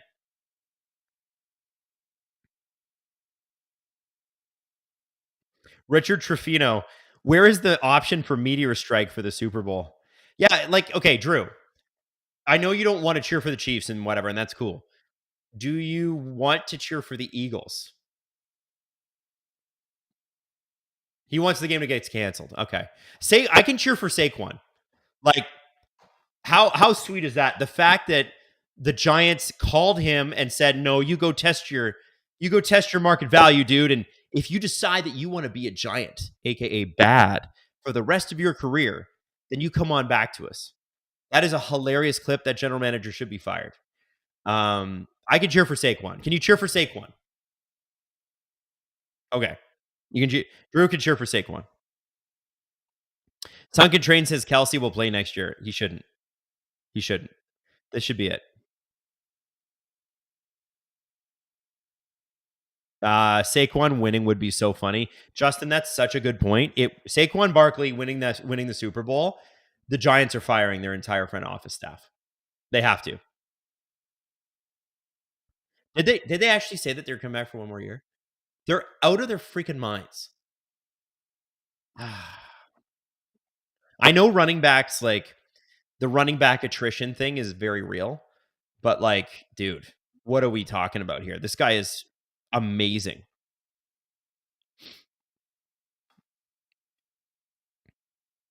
Ryan, I could cheer for Saquon and he should be league MVP. Drew, do you agree or disagree with Saquon for MVP? He disagrees because Derrick Henry had almost the exact same stats. Yeah, Derrick Henry did have a good year. Damn. Mara won't allow that firing. I know. What is with the Rooney family and what is with the Mara family? The Steelers and the Giants. It's like, we can't make a change. We just won't. Simply can't. What's with the Leafs? They don't make changes either.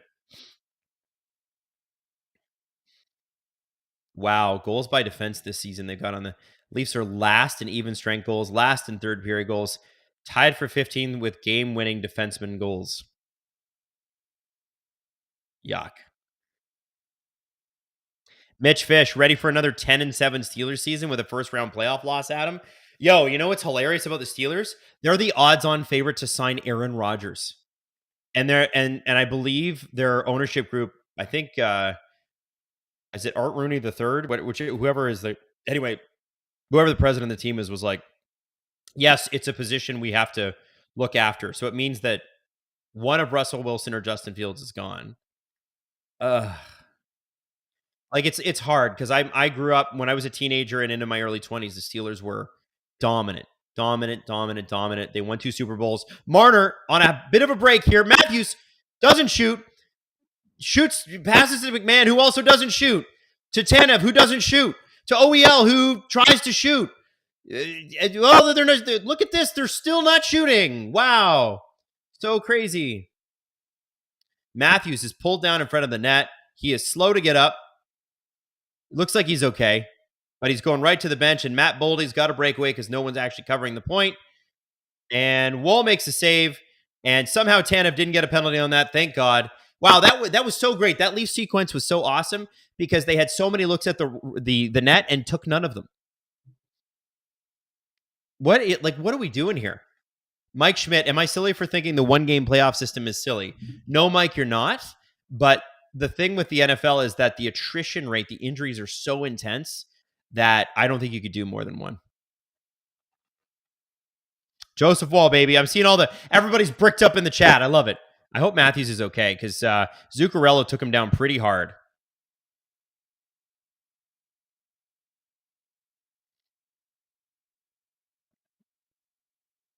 Joseph Wall did a great job on that save. Jesse Addington asks, do you need to shoot the puck to score? Listen, I'm pretty new to hockey.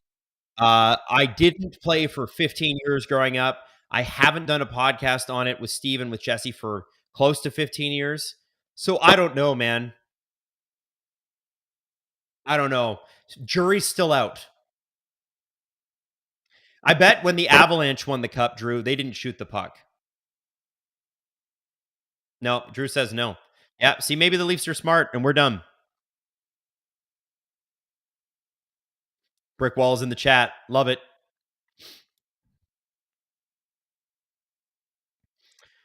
Chill Stream says, this will be a 4-1 game. I feel it in my bones. I hope it's 4-1 Leafs. Listen, I'm all ready for them to turn this around and make this game unbelievable and exciting and fun. But this is a sleeper, boys and girls. This is bad. Drew said it's two defensive teams playing hockey. It sucks. He's right. Oh, Drew says this reminds him of the Vancouver-Nashville series. I'm pretty sure are they not playing tonight or tomorrow, Vancouver? I think the Canucks are playing Nashville tomorrow. They're playing tonight. Yeah, at 9:00. So they're going to start in about half an hour. Yeah, that series was. I don't know how we all got through that together, guys.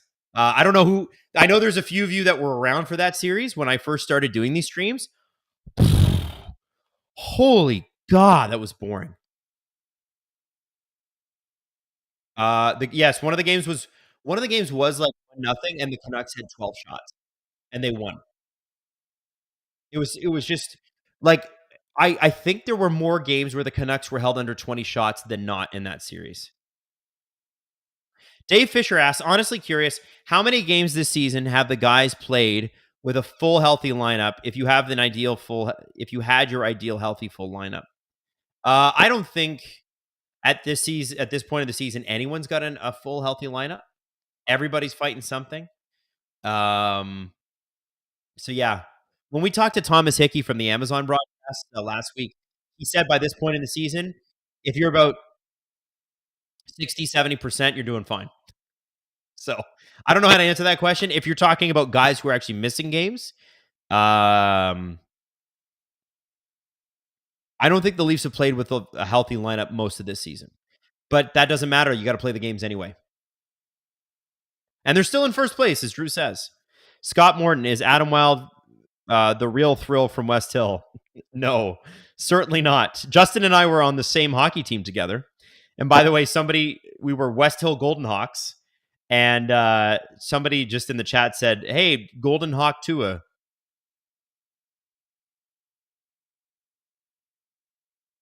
Oh, Drew says the Devils are just crushing the Flyers 4-0. The Flyers, who are pretending to be in the playoff race, by the way. They're there. They're in it. I just don't think they got a shot at it. But they are within 4 points, like I said last period. Adam, has anyone told you look like Kyle Brandt's twins? You guys even sound the same. Drew, do you think I look like Kyle Brandt from what's he? He's got the he's on NFL Network, right? Yeah. If I would act like Kyle Brandt, yeah, that'd be sick. He also has like a podcast in his basement where I think he just like talks about 80s stuff, like growing up in the 80s, and that seems like a cool guy. Oh, it got canceled? No. Well, he did have one in his basement.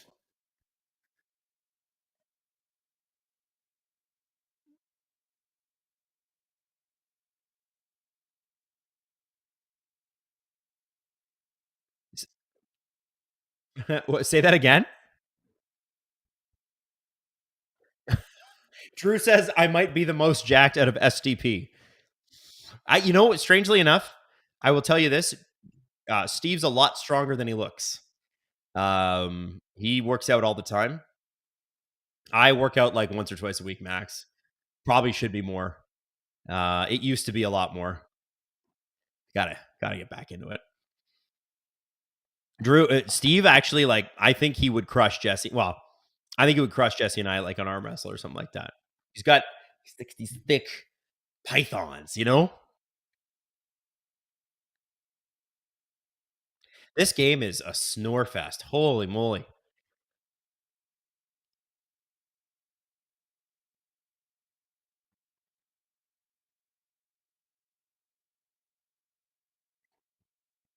Drew says, imagine paying $600 like Hayden to watch this. Second period over. Mercifully. Leafs do not get a goal, but they get a post. So they have 2 posts in this game. I mean, it was a better period, man. It's a much, much better period than the first one. But guys, are we like, what do we got to do here? What do we got to do? Drew, who's our what's our clip? Just so I know. I'm not going to go to it yet, but what's the clip? Oh, I love this clip. Okay. All right. So Sarah Marlowe says, poor Hayden. I don't think Hayden's having a bad time. I think Hayden's having a good time. I think Hayden's having fun, man. And he's there and he's having a great time. Did he spend a lot of money to be there? Drew's right. Probably be like $600 because it's him and his dad. But they are shutting them out. And listen, if the Leafs are up 2-0 and it's boring, I don't care because the Leafs are up 2-0. But since they're not, this game is boring and therefore bad. Canadian Girl 83, we need an arm wrestle contest in the next podcast. Oh, look who it is. It's Hayden Matheson just dropping a super chat and saying, ha, ha, ha, ha, ha. I think Hayden's had a few beers with his dad. I think they're a little bit lubricated, those two. Probably causing some trouble. Scott Morton, has Hayden called in drunk for work tomorrow? No, but I did see him today. Everybody's loving Hayden. Lisa says, well, at least Morgan Riley's plus minus didn't get worse. Man, good point. Good point. All right, so here's the deal. I'm going to play you a fun clip where Jesse makes fun of Steve and where Steve calls out Nikita Kucherov. And if you've watched Nikita Kucherov play hockey against your team, chances are you're entitled to a settlement claim. And I want you to watch this, and I want you to watch the play in Detroit Sunday night. It is, as Steve calls it, chicken boop, and you'll see it come up. So, love you, and I will see you for the start of the third period. Have a look. Nikita Kucherov, is he dirty? Yes, he's dirty. Jesse, I just sent you a video. Okay. This, I'm convinced, because it is Detroit and because it is Tampa, this does not make national news the way it should. And it's not because Detroit and Tampa aren't huge hockey markets. They are. Yep. But it's a non-national game, right? It's a regional game on the FanDuel Sports Network. Mm-hmm. And it is a play towards the end of the third period. And Steve, you've got Rasmussen and you've got Kucherov, and the puck and a player both hit the net. What happens? Rasmussen, who has been known to have... Oh, Jesse, that was the screenshot right there. You stink. Rasmussen has had... Kucherov, you're talking to. Yes. Rasmussen has had spicy empty net goals this season. Earlier, it was against the New Jersey Devils. He scored and then stood over Jack Hughes and being all tough and brr. The Red Wings are up 1-0.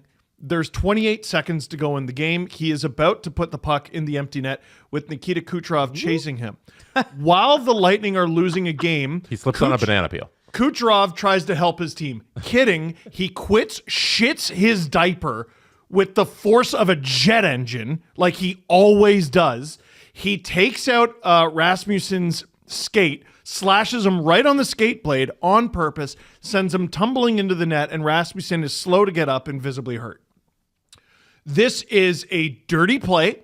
This is a very obviously intentional play. This is a chicken shit play from a chicken shit player. I don't care that Nikita Kucherov is one of the most... No one's taking anything away from him. He is a clear and proven winner. All world. He is an all-world player. He is going to be in the Hockey Hall of Fame. He is one of the most, if not the most talented players in the entire league. No one is taking a single thing away from him. He's entertaining. You could even say he's funny. This is a deliberate intent to injure from a chicken shit player that you let get away with chicken shit all the time. All the fucking time. Last year, that elbow to the face of Tom Wilson, couldn't believe it was nothing. It was fucking nothing. He knew Wilson was behind him the whole time. He did his little shoulder check, throws the elbow up, gets him right in the face. Nothing happens. Now, what did we talk about last week? Connor McDavid did something that is 2 games. It's 2 games. He did something suspension worthy, but it is always 2 games unless you're Morgan Riley and you try to cross-check someone in the face skating at them full speed. Yeah, which is 5. Which is 5. They set the precedent. It's 2 games. Unless you're Timo Meier, then it's 1. Unless you're Connor McDavid, then it's 3. McDavid gets the extra game because why? This was a heated debate. It was one of the best episodes of the CJ show. Because he elbowed Johansson in the face in the previous game. But that's not a legitimate I reason. know. I'm just... It's because I was trying to get you Jesse decided this is nothing. Yeah. So it's nothing. Connor McDavid has a history. He had been suspended in 2019. That's why he got the extra game. However, hold on. Aren't they supposed to not look at things after 18 months? Isn't it supposed to be a clean record after 18? That's what bothered me about that. Because Julian and Chris are having a legitimate conversation. They're like, well, he's got a history here. I thought the league looked at it like when they who beaned Oscar Sundquist? That's Tom Wilson. Tom Wilson. But there was like an 18-month gap. And they're like, believe- well, he gets this many games because it's been 18 months since his last issue. I want to say the vernacular is different for a player as a history and a player as a repeat offender. Which is, Oh my God! I think Yeah, absurd. you're probably right. You're Like- probably Yeah, right. no, the a player is considered a repeat offender for 18 months following his most recent incident that resulted in a suspension. His status as a repeat offender in this category is used to determine the amount of salary forfeited should he receive another suspension. So they're allowed to look at your history of when you've broken rules in the NHL and been suspended, but the repeat offender 18-month window is to use to determine the salary that you relinquish. Got it. So it's like an actual. The thing the NHL doesn't do is write down hard and fast rules and have just strict. Hey, this means this. They actually have done that with repeat offender rules. Okay, cool. So Connor McDavid got suspended 2019. You know who else got suspended 2019? Nikita Kucherov for boarding Nudivara on the Blue Jackets, I believe. And I think he was also suspended in the playoffs once, or was that a fine? I'm not totally sure. Either way, he was suspended the same year as Connor McDavid. This is a deliberate attempt to injure a player. He did get a penalty. It just, Who cares? There's 30 seconds left. the ref throws up their arm, the goal goes in. So it's nothing. And Kucherov knows that. It's a freebie. He got a free reason to injure a player on a divisional rival. And Rasmussen, as much as he did skate off, but if you saw him going down the tunnel, he had 2 He was guys hurt. under his arms. Yeah. He was hurt. Because why? Because some player took out his feet on purpose for an empty net. It's not the same as what Mark Scheifele did to Jake Evans in the playoffs, where Evans scored an empty netter and Scheifele from about 30 strides away just decided to kill him. But in spirit, what's the fucking difference?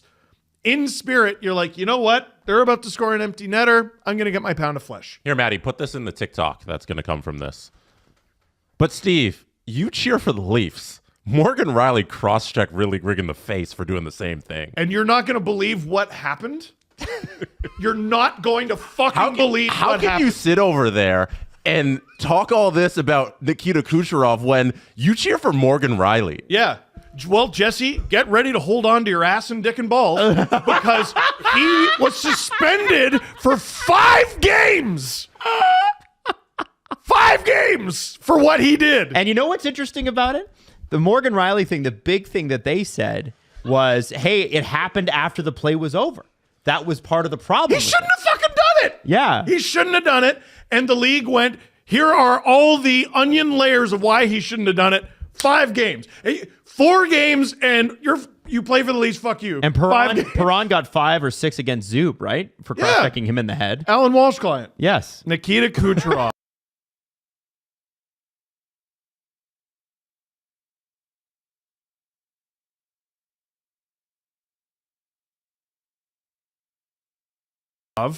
is A saint. provably Great guy. the dirtiest, greasiest scumbag in the league, and the league does nothing about it.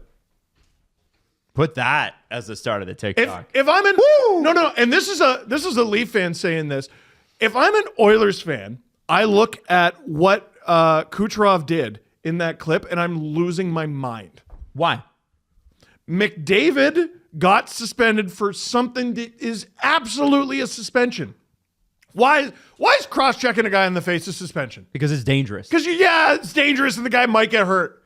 You intentionally take out a guy's feet and send him crashing into the net, the thing that broke Steven Stamkos' leg a few years ago. Yep. And because it's Rasmussen on the Red Wings, who gives a shit? I'm going to suspend Kucherov for something he did to like some middle six guy on the Wings? Gives a shit. Gives a shit. We're trying to sell seats here. But you suspend McDavid for what he did to a middle six guy on the Not Canucks. just suspend McDavid, but you jack up his suspension because of a suspension that he had in 2019. What's Kucherov got under his belt besides knives and guns? The dude's unbelievably dirty. He's a red mist player. He's No a question. red mist. Yeah, except it's just the cloud is part of it. It just orbits around him like the rings of Saturn. He's not a player who activates red mist. He's a player who always plays with violence on his mind. And someone's going to get fucking hurt. Okay. Someone did, actually, and you didn't give a fuck. Hey, You're man, the worst department listen, of player we don't- safety in sports. They might give him a $2,500 fine. Like, that could be That significant. happened more than 24 Yeah, hours. no, we're well removed from that. That was Saturday. Man, I guess not then. Yeah, no, we're removed from the window of when they would have done I guess that. Nikita Kucherov doesn't need to put on antiperspirant today because I'm Hey. sure he was going to sweat that one. Hey, That was- I'll what give are you you another doing? fan base that That should be was losing bad. their mind. The Detroit Red Wings. Well, they are. They are losing because of what happened to their player. Also, who happened to get the longest suspension in the NHL last year? A Red Wing? David Perron. Oh, right. When he was with the Red Wings. And you know why? He shouldn't have done it. Player might have got hurt. Blah, blah, blah, blah. They don't care.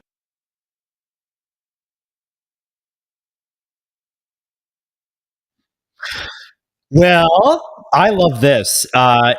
Justin put up a poll while that Nikita Kucherov segment was on, and it said, "Is Nikita Kucherov a dirty player? Yes, no, or who am I to judge?" There are 7% of people who don't watch Nikita Kucherov play hockey because you said no. Who am I to judge got 17. 75% said yes. And you know what? You can still find Tampa Bay Lightning fans who are like, "No, it's fine. You guys just are soft." By the way, I have a question for you, and it's completely not to do with that. The Los Angeles Kings are welcoming Drew Doughty back to the lineup. And Drew Doughty is a great player. The Los Angeles Kings have another great player. His name is Brandt Clark. He is one of the young defensemen, along with Jordan Spence, and back when they had him, Sean Dursey, that were coming up through the system. Brandt Clark leads right now the LA Kings defense corps in points. He's got 24 points in 47 games. He's healthy tonight. He's a healthy scratch. And Kevin Weeks, who breaks a lot of the trades, breaks a lot of the free agent signings, he goes, with the return of Drew Doughty to the Kings lineup, Brandt Clark, who leads the team in points by defenseman, appears to be a healthy scratch tonight. Perhaps the Kings setting up a move with his ice time diminishing. Okay, I just want to say that they would be insane to do that. The guy's 21. And if you are the Leafs and you can't score on the back end, if Brandt Clark is available, you go get Brandt Clark. There's your deadline pickup forever. Don't be crazy. And also, LA, what are you doing? You already gave up Sean Dursey. He got a monster deal in Utah after a great season with the Coyotes. Oh, it looks like this Devils Philly game is going berserk too, which is awesome. I'm just saying, like if Weeksy's right on that, the Kings have lost their minds. Like you can't trade Brant Clark now. Like that's insane. Anyway, I'm just saying.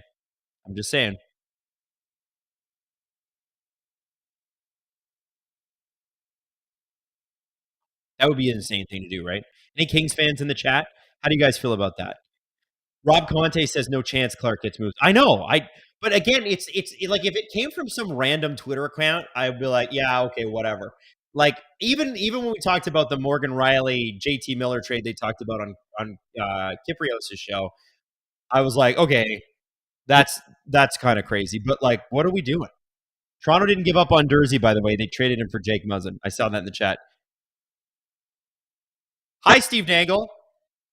Hi, are you on? Yeah. Man, isn't this so good?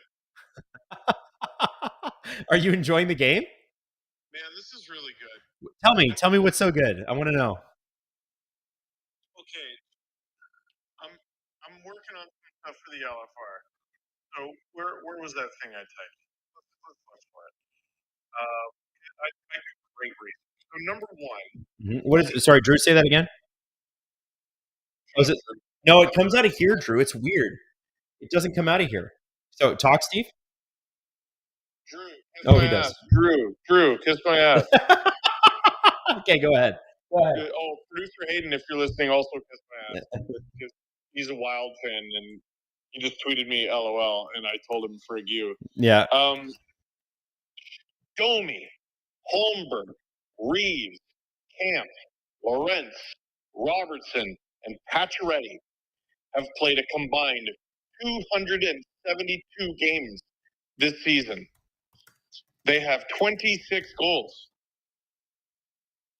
The Leafs D-core is the lowest scoring D-core in the entire National Hockey League.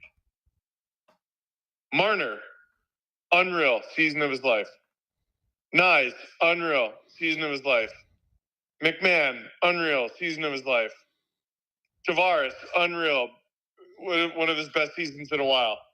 Matthews, even though he's been gone, guess what? He's over a point a game, over half a goal a game. Nylander might hit his highest goal scoring total. He's got 50 points in 50 games. All right? The distribution of wealth does not work. And we've talked about this for so long. Like there was the idea the other day. Someone said, "You're still there, by the way, right?" Adam? Yeah, I'm here. Drew's talking to me at the same time. I wasn't sure who to listen to. Drew, text me. The answer is me. Like, frig that guy. Like, okay, go. The distribution. Someone said if the Leafs let go of Marner, they're going to spend the next few years trying to find someone to replace him. Yes, that would be Greg Wyshynski said that. Oh, it was Greg? There you go. So it was Greg. No one is saying he's bad. Well, that's not true. Some people do say he's bad. He's not. He's unreal. You know what's crazy? He can ask for $14 million. Go and give him 14. Someone should give him 14. It shouldn't be this bloody team.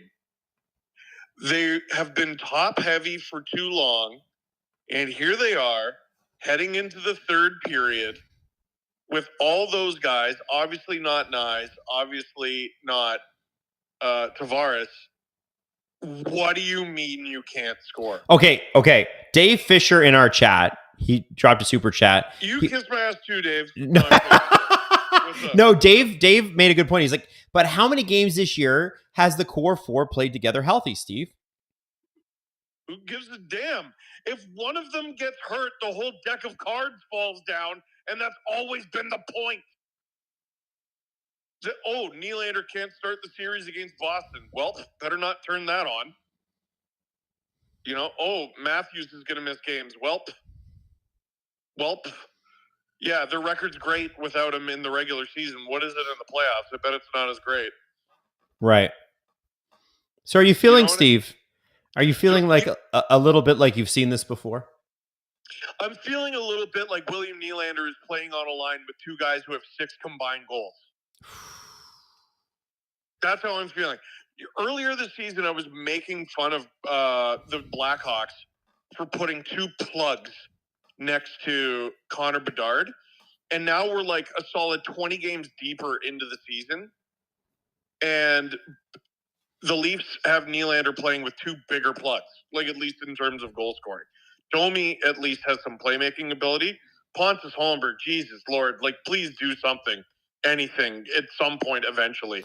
He's had a couple chances over the last few games. He's not an offense guy, though. That's not fair to him, right? Like they're putting him in. They're clearly putting him in a spot where he's not going to be able to succeed. He's just filling a hole, a plug. Why is there a hole? Because as I told you at the start of the year, they're missing a third line center who can be a second line center. They're so bone, bro. Like, it just feels like there's all this trade chatter going on. And for the first time in forever, the Leafs aren't involved in any of it. Mm-hmm. It doesn't sound like they're giving up a prospect. It doesn't sound like they're giving up a high pick. But I would say they have needs on D. Oh, yeah. I would say they have needs down the middle. Yeah. I would say they have quite a few needs. And to quote The Simpsons, and what would I pay them with? Banana bread? Like, how are you going to acquire these things? Right. What are you? Like, the Leafs are, they're first in their division.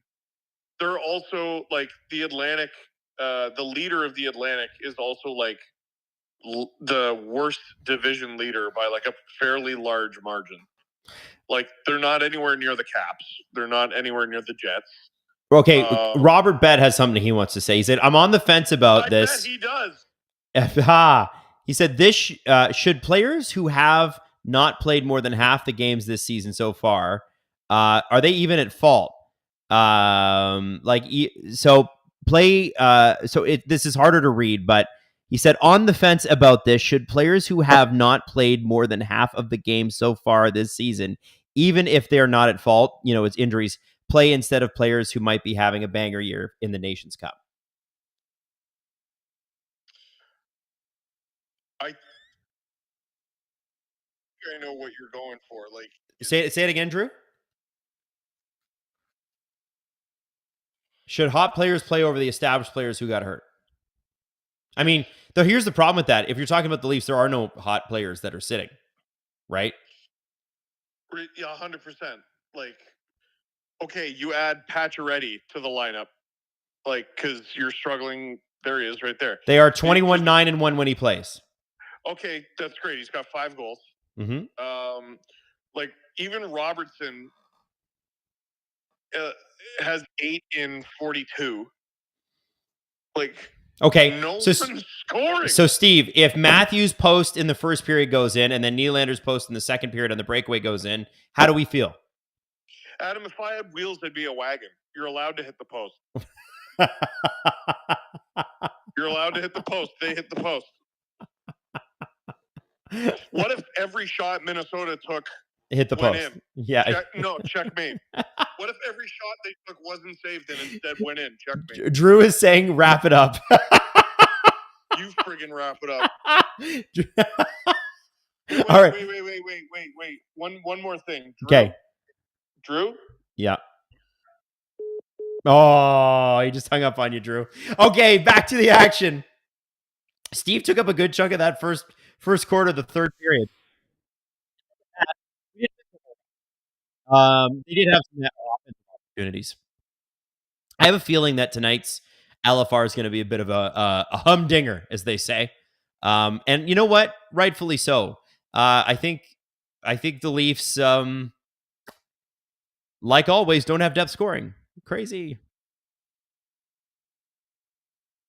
Oh, Robert says that's Four Nations, not for the Leafs. I thought he meant it for the Leafs, but that's okay. Should hot players pay for Team Canada versus the injured guys that already made it? Well, they've announced the team, and they can't de-announce the team, so it really doesn't matter. So whether or not a player's injured or whatever, Team Canada can't switch its roster. The guys have been notified; they're on the team. Doesn't matter. So even like in the case of like Logan Thompson, first off, Team Canada never even called him. They never picked up the phone to call him. Isn't that wild? And so it's too late. Not that, if Montabogo gets injured or Binnington gets injured or Aiden Hill gets injured, then yeah, they can bring him. But, other than that, they can't go, okay, you're bad now. You're not on Team Canada. They've already made the announcement. So, and remember, the NHLPA is very involved in this.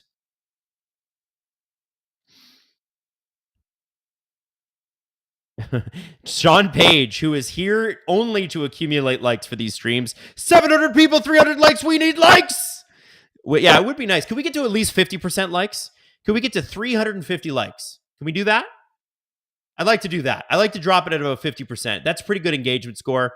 Anything beyond that is just gravy. But can we get to 350? Remember, when you watch these videos, if you share and you like, it really helps us. Really helps us. Max, this is my fault because I said I wanted the Wylde to do well to get Flower another cup run. Oops. You know what, Max? This is your fault, and we're all going to blame you now. You know what? Boo. Chantel Zeller, Adam didn't appreciate my song. Yes, I saw it, Chantel. HOTTOGO. The Leafs defense core has got to go. I actually really like it. I think Morgan's playing not great, but I think their defensive core is way better than it's been in years. They just can't score a damn goal. That's why Klingberg would have been cool to see in Toronto again, just to see if he can do it. I know he stinks on defense, but maybe he could do some other stuff, like score. Minton Robertson, Pacioretty. I do like this line. I do think it's unfair to Pacioretty. Put him back with Tavares when Tavares gets back. I want to see McMahon, Domi, and Robertson again. The all holy crap line.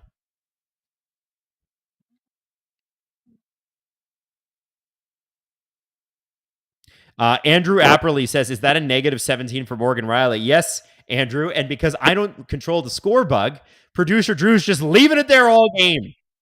Jacqueline K, what if Mo scores the next 2 goals? Well, he'll be a minus 15. And the Leafs will have a tie game.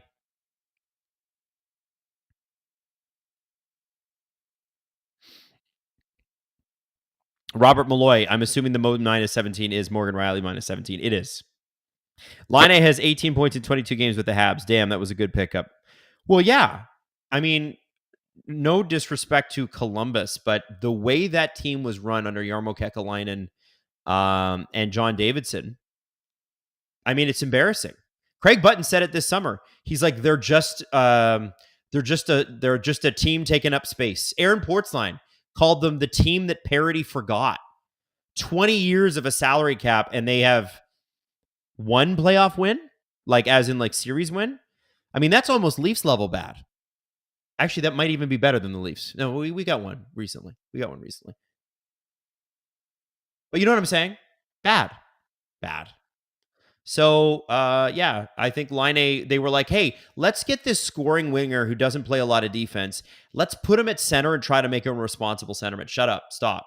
Put him on the power play. Let him hit some dingers and have everybody else do all the heavy lifting. I don't know, man. You need goal scoring.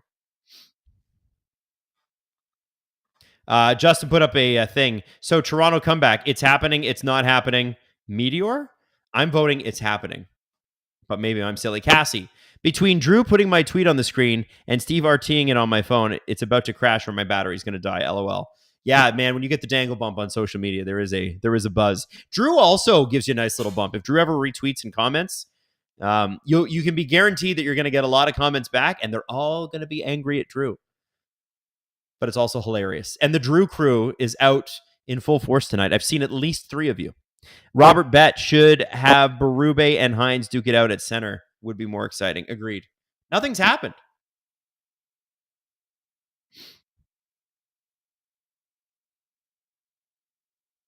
The Leafs hadn't been shut out in like 270 games going into this year, and I think they've been shut out 3, and tonight could be the 4th time. Yeah. I don't know, guys. I don't know. What would you do? I would like to see them be ballsy for once, but I think as long as Shanahan is in charge, they won't be. And what I mean by that is, like, you look at what Carolina did, and I'm not saying you need to go get Mikko Rantanen, but you look at what Colorado's done. They've replaced both goaltenders. They traded out a superstar. They're still remaking their bottom 6. I mean, Drew can speak about this more, but you're probably better than I can. Honestly, why not just make some moves? Clearly, this isn't working with the bottom 6 the way that it is.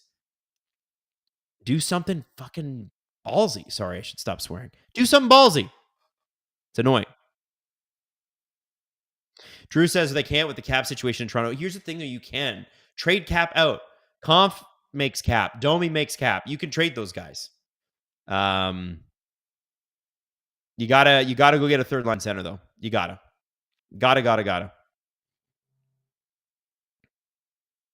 Draisaitl for Marner and Tavares and a goalie.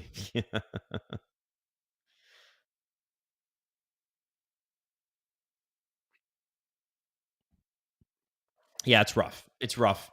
And on nights like this, you really see it. You need depth scoring.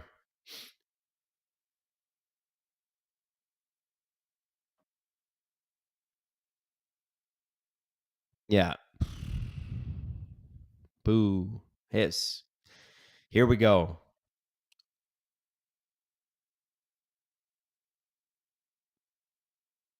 Would I do Domi in a first rounder for Brock Nelson? Yes. That's what Drew asked. Absolutely. Dude, listen. I know the Leafs are not going to try. They're going to try not to give up Minton, Cowan, or Ben Danford. Here's a hot take. I would do Cowan. If you could get Brock Nelson on an extension as a part of the trade, I would do Cowan right now for him. And people are going to hate that take. But you got to look at what Easton Cowan projects to be. And Easton Cowan projects to be, from the people I've talked to who know a lot more about it than I do, a 20-goal, 50-point guy. Oh, we got a goal. And is it Domi? No, it's Nylander, but on the Domi line. I said what I said. I would do it. There we go. We got a goal. And it's Willie. Woo! Willie. Let's have a look at this. So Pontus Holmberg gets it out front to Willie, and he scores. Hey, listen, Steve was complaining about Pontus Holmberg not doing much on offense. Good for Willie. Good for Pontus Holmberg. He shouldn't be on that line.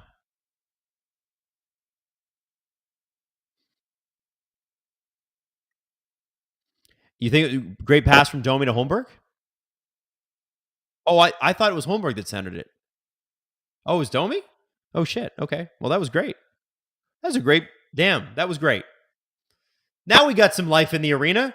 Oh, Matthews should have I think he just did he draw a penalty there? It should have been. Building's in it. You got 11:31 to tie it. Remember, do it because Hayden's there.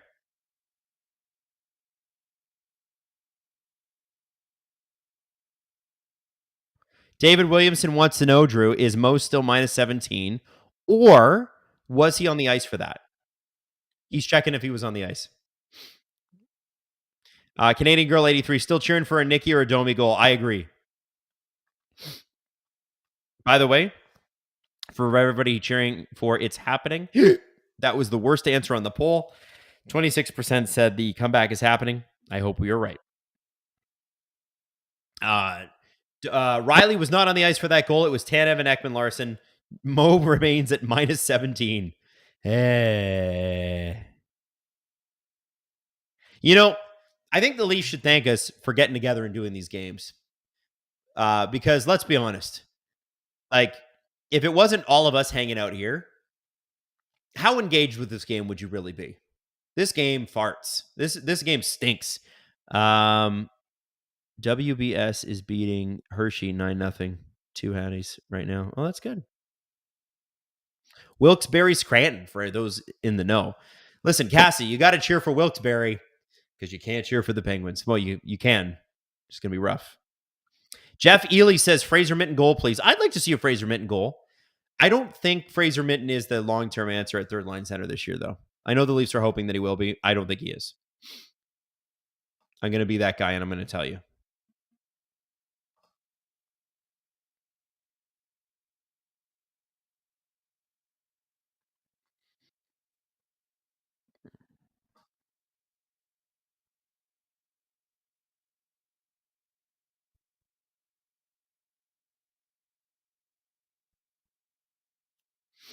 By the way, if the Brant Clark thing is for real in LA, I trade Easton Cowan for him too. I do. And I love Easton Cowan. I think he's a spectacular hockey player. He is all energy all the time, going to be killer on the PK. Will be a good second power play unit guy if everything pans out at the NHL level. I drive him to the airport if Brant Clark's available. That's how much I like Brant Clark. He would be exactly what the Leafs need, and he's 21. Come on.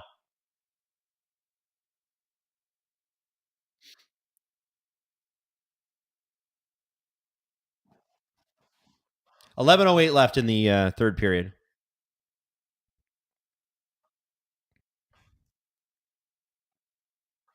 Hey, by the way, Drew, it was Pontus Holmberg that hit Nylander with that pass, man. No, isn't that hilarious?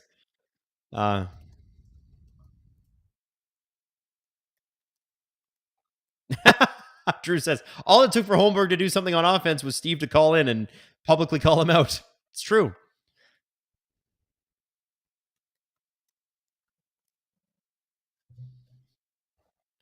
Here's Domi along the half board. This line they have some life after scoring that goal. The problem is, can anyone other than Nylander on this line score a goal? We're about to find out. Domi took a shot. Yay, Domi shoots. Again, doesn't happen much.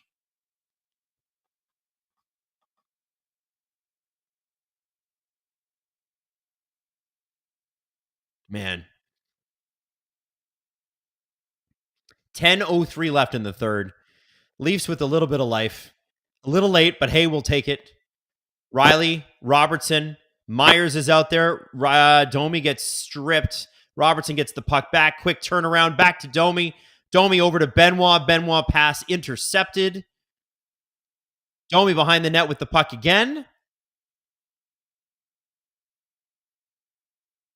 Benoit keeps it in. Minton behind the net. Digging the puck. Gets it. Nice job.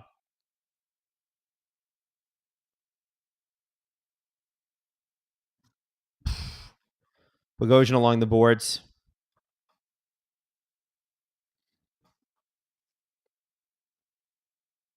Drew Doughty on for both goals against tonight for the LA Kings. Yeah, it might take him a bit to get up to speed. He missed the entire year. That's why I was so weird about like Team Canada going, well, it's got to be Drew Doughty. Well, what if it isn't, man? Like it took him a while. It takes everybody a while to get back. Why wouldn't you get Mackenzie Weegar? Why wouldn't you get Chris Tanev? Guys, like if you need that. Oh, here we go. Oh my God. Shoot it, Matty. Shoot it. Urgh.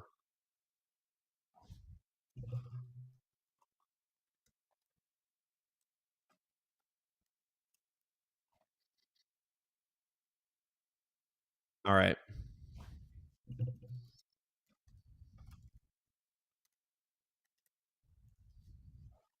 Here we go. 8:55. Ooh. 8:50 left in the third. I think the Four Nations captains are being announced tomorrow, kids. So that's something to look out for. Drew says, spoiler alert, I bet you it's Crosby. Watch, it's McKinnon. I think maybe it's time for Nate McKinnon to take over. I guess he scored the golden goal. You can't take it away from Crosby. I get it. Fine. But isn't it time for the next generation? You know? Could it be McDavid? It could be McDavid. I think you're right. I mean, I think it's Crosby. You're right.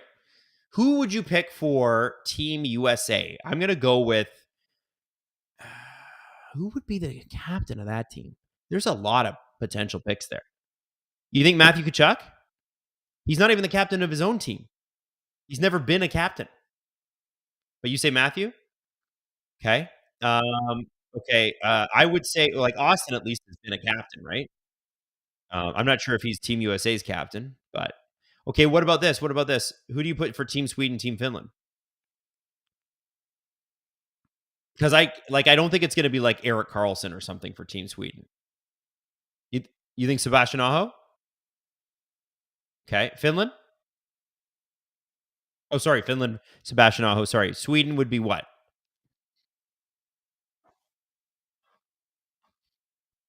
Oh, a lot of people are saying Quinn Hughes for Team USA. Yeah, I can see that. Yeah, I can see that. Quinn or Austin, I can see that. Barkov for Sweden. Yeah, of course. That makes sense too. I forgot Barkov. But with a name like Barkov, you're like, what? How are you? Here we go. OEL. Oh, great setup. Great setup. OEL just can't bury it. What about, hey, Drew, what about Rantanen as a captain?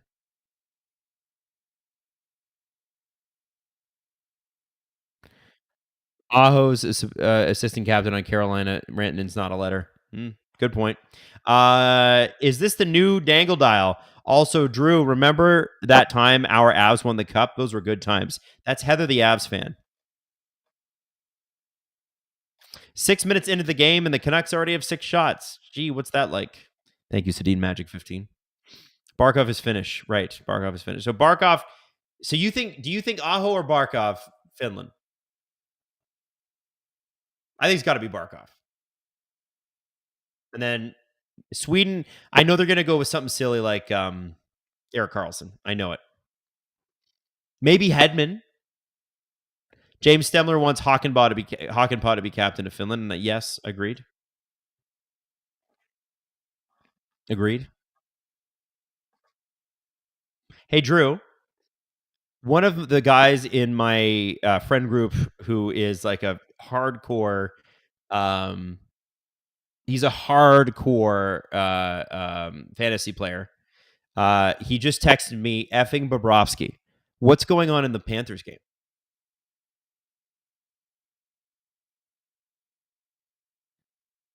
2-0 for the Panthers? Oh, he's facing Bobrovsky. That's what it is. Yeah. Listen, if the Leafs lose, I'm pretty sure that aren't the Panthers pretty close? I don't know how many points. I don't even. These are the things that, like, still midway through the year. Yeah, if the Panthers win tonight and the Leafs lose, Leafs fall to second place, even though their points percentage will still be better. And then it would be Leafs Ottawa in the first round. I can't believe Willie set OEL up for that shot, by the way, and OEL didn't just wire it. He waited. He hesitated. He looked for something perfect. Bad. Bad, bad, bad. Please shoot the damn puck quickly. Oh, here comes Zuccarello. 2-on-1. Tanev in the middle. Nice save by Brick Wall. Joseph Wall with a nice little save. Zuccarello made a good move there, but that was a great save.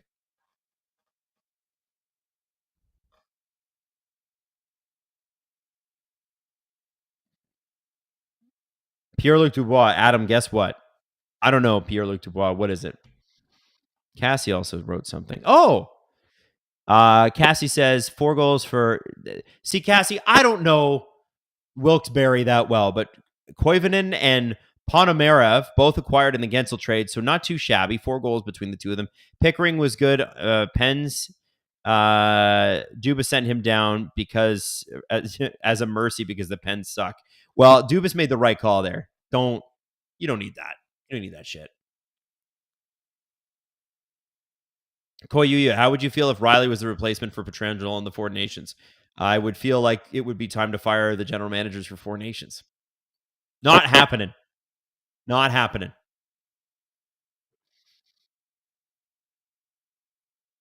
That should have been icing, by the way, but the linesmen were like, you didn't skate hard enough. Here we go. Minton, shot. Robertson has some game tonight, guys. He's creating stuff out there. The thing is, you're not going to score on this goalie without getting people to the net. This is one of the best goalies in the league. Like, wake up, guys. Get in front of the net. Pierre-Luc Dubois says, guess what? Chicken butt. Okay, fine. I'll take it. Leafs have had 65 shot attempts. Have any of them been that good? A few. Minton with the big face-off win. Riley at the point. Down low to Robertson. Nice little move, but it gets poked away. Pacioretty picks it back up in the corner. He's double teamed. Robertson in there to support.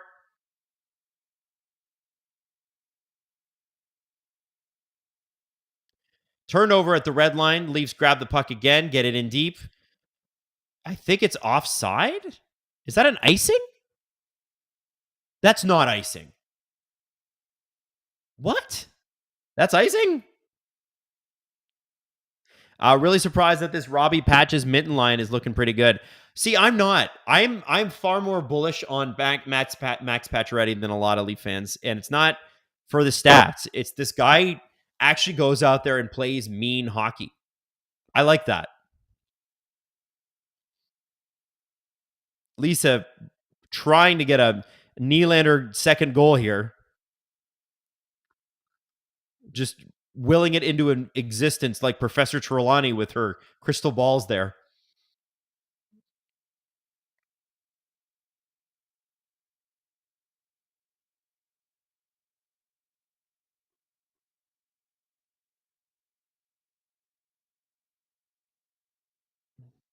No, Leafs give it away in their own zone. Puck tipped up over the net. This is the Hartman line. And it just skirts out at the Leafs blue line, but the Wild still have possession. Holmberg, Domi, Nylander on. The puck goes over the glass, and we're getting another face-off. Oh, we're getting some goalies goes in the chant or in the chat. I like it.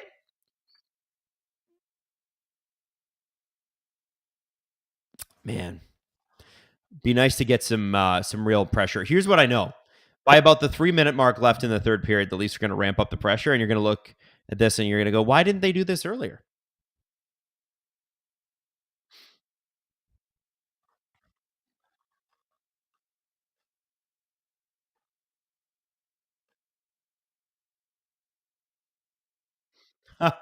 Drew says, if Matthews gets named captain of Team USA, what the hell has he done?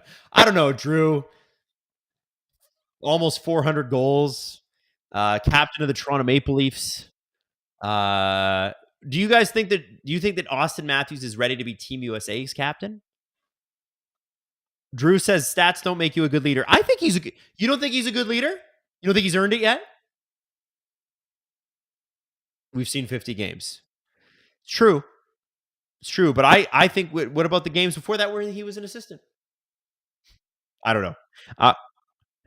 Robert Bett, what frustrates me about this team is you watch them score 4 goals in a game because they shoot the puck, and the next game they don't shoot and don't score. When does the light go off? Yeah, you know what, Robert? I think it's the same thing as when sometimes I just do things around the house that drive my wife a little crazy. Like I'll wash dishes and then not dry them, or do laundry and then not fold it.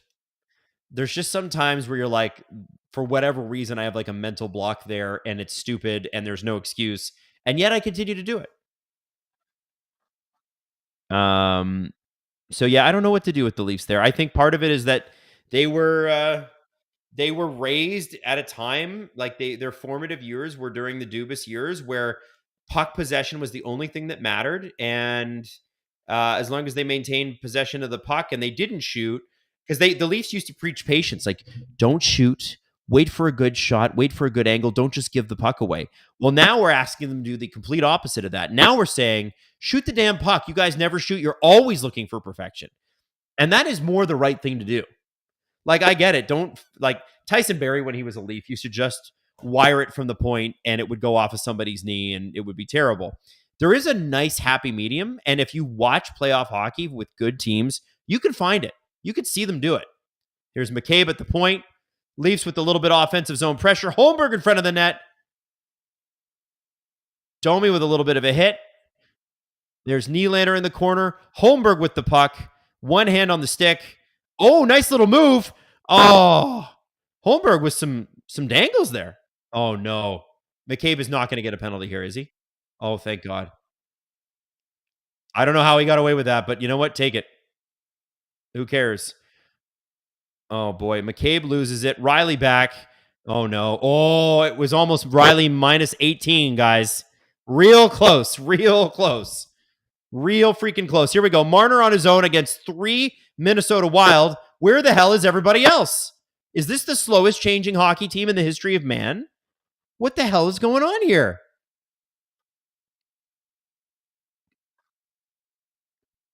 Cassie says, I added context for the Jake trade. Pretty sure my computer is on its last legs. It's really struggling tonight. Yeah, your computer is the Leafs tonight. I personally think Swayman should be Team USA captain. Me too. I agree. He should start every game. James Stemler, do you get paid millions to do laundry, Adam? I mean, it's a good point, but I think also habits are hard is my point, I guess. No, I don't get paid millions to do laundry. You'll be shocked. I'm good at laundry, not great at folding. I'm okay at folding. I think what it is with folding is folding takes time, and I don't want to make the time. Drew said, did you say you're good at laundry except for the other half of laundry? Yes, I did, Drew. And in my mind, it made sense. And then as soon as it came out, I was like, that was a pretty stupid thing to say. Gergster, Adam is divorced? Yes. 1-time divorcee, 2-time married guy.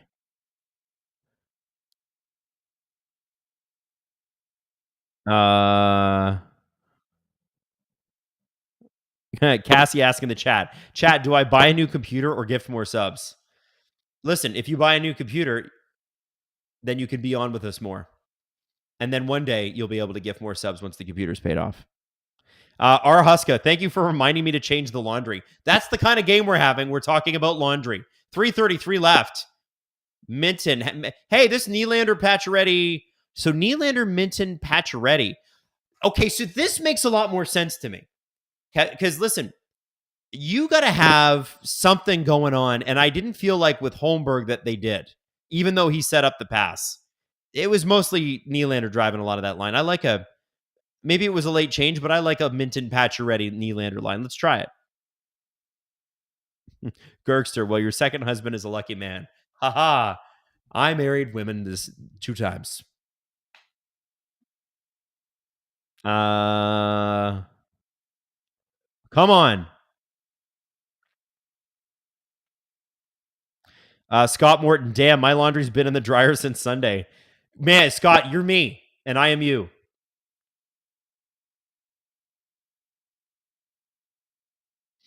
I wish so. Richard Triofino's chirping me in the chat a little bit. He's like, Adam streams, Canadian TV, laundry, angry Steve calls, and a smidge of hockey.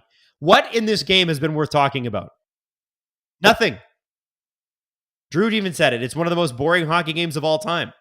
Imagine I was sitting here trying to do play-by-play. You guys wouldn't be hanging out. Although we do have 800 people watching, which is spectacular. I think we're at our high for the night. 2:50 left in the third period. Leafs, because of score effects, now outshooting the Wild, but don't let that fool you.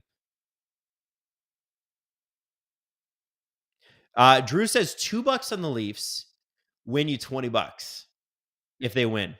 Should he do it? I'm going to say yeah. I'd absolutely do it. It's $2. And the Leafs can. Will they? That's a different story. Here's Domi. To Robertson! Oh, just shoot it, guys, for God's sakes. You're within 5 feet of the net. Come on, get a rebound. This team is like allergic to rebounds. They're getting booed right now. Oh. Cassie says do $10, Drew. Ooh, it's a challenge, Drew.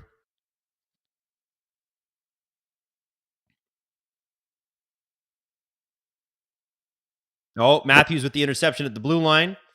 Leafs trying to gain possession here. Matthews with a great move at the blue line over to Morgan Riley, who's obviously going to pass and not shoot, even though he could have shot. Because why would you? Why shoot when you don't have to? You're a Toronto Maple Leaf. Please shoot. Gentlemen, please shoot. I'm begging you. Riley is out there along with McMahon, Matthews, Nylander, Pacioretty. Merrill clears it. You know what? Honestly, Craig Berube picked all the guys that have it tonight. And that was just the dumbest pass. Mitchell Marner. What are you backhanding it through center ice like that for? Are you freaking kidding me, dude? Come on. You're a stud. Play like a stud. Oh, Matthews gives it away. Oh my God, they're just clogging it up at the blue line. Can't make an. You can hear the fans getting on them too. They can't make entry at the zone. These guys have been on for about 2 minutes. They're probably already tired. I don't think Minnesota's gotten a change in. Marner down to Matthews, in front to Pacioretty. Not a whole lot going on there. Not a lot of room to maneuver. Over to Wylde at the point. Down low to William Nylander. Out to Mitch Marner. To Nylander. Tries to get it back. Gustafsson was out of position. Nylander couldn't get the puck. It was slightly tapped by a Minnesota Wild player, but a good pass and a smart heads-up play. Matthews with the shot. Out front. Puck goes, and it's going to be icing here. No, it's not. It's not going to be icing. 20 seconds to go. Marcus Foligno scores.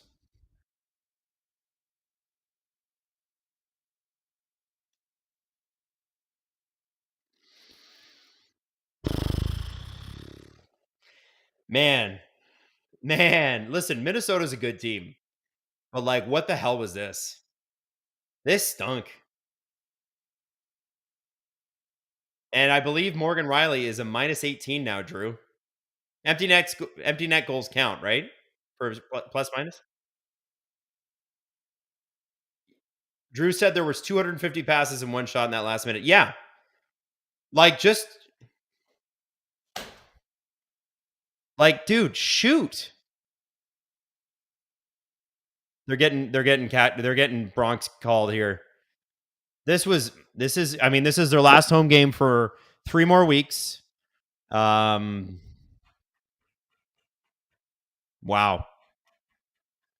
It's not that they lost to the Wild, it's how they lost. That's 2 games in a row with 1 goal. Kind of look mid. Now, 2 of their best players are out of the lineup. Tavares, Nyes. Okay, I get it. Mr. B says it's only 3 games. What's the big deal? That's true. That's true. The Matthews overpaid conversation needs to happen after this season. Stop. That is not true at all. Listen, I'll say this, man. That was a really frustrating game. And so was the game against Ottawa. Do they need a healthy lineup? Yep. Does it suck they don't have one? Yep. Do the games happen anyway? Yep. We need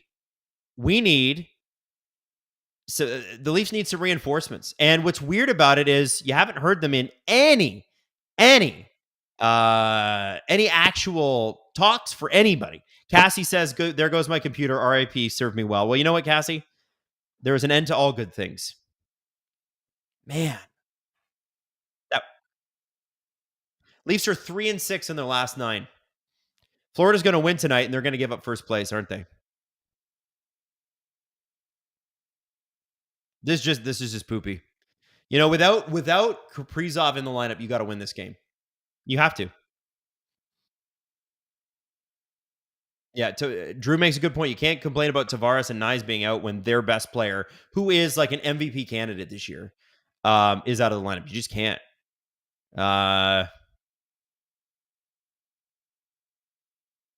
It's just they smothered the Leafs. Good trap game for the Wild. Like, they're a very, very good hockey team. When you structure a team this way, you need the good guys to score every night. So, yeah. Garrett Dignus just joined. Why is Adam upset? I think you joined because you know why I'm upset. That was a bad game.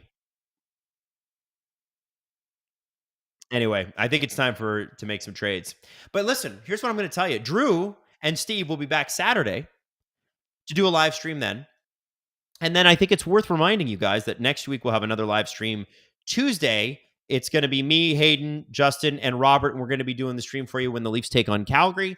And then the next week, 4 Nations Cup. And if you're in the area, we'd love you to join us at BP Stouffville for the first game of the 4 Nations Cup, which is Team Canada playing Team Sweden. Oh, the 4 Nations streams are on screen right now. Thank you, producer Drew. So, we're all going to be doing them, I think. So, Team Canada Steve is doing that one, and then Jesse's going to do game 2, and then I will do. So Jesse's going to do USA Finland. I'm going to do Finland Sweden. Steve is going to do Canada USA and Canada Finland. I'm going to do Sweden USA, and then Steve will do the championship game Thursday, February 20th, and a couple of days after that, the Leafs will play their next home game. February 22nd is the Leafs' next home game. They've been very good at home this year, but damn, this is frustrating. Robert Bet, every time you guys say they have to win this, they lose. Quit saying it. No, I won't. I can't. It's in my soul. Anyway, guys, listen. I had a blast with you tonight. I loved hanging out. I'm gonna go home. I'm gonna rock and roll. I'm bummed that they lost this game. I really am. But I want to thank the crew, and I want to thank you, Robert Malloy, Justin Fisher, Drew Livingston. Love you guys all. Thank you for being here. And by the way, thank you everybody for tuning in tonight. And when Hayden comes back, he's going to do Calgary next week with me. Make sure you boo him. This is all his fault because he was at the game tonight. So love you all. Talk to you soon. Have a great night. And producer Drew and Justin and Robert, thank you so much for everything.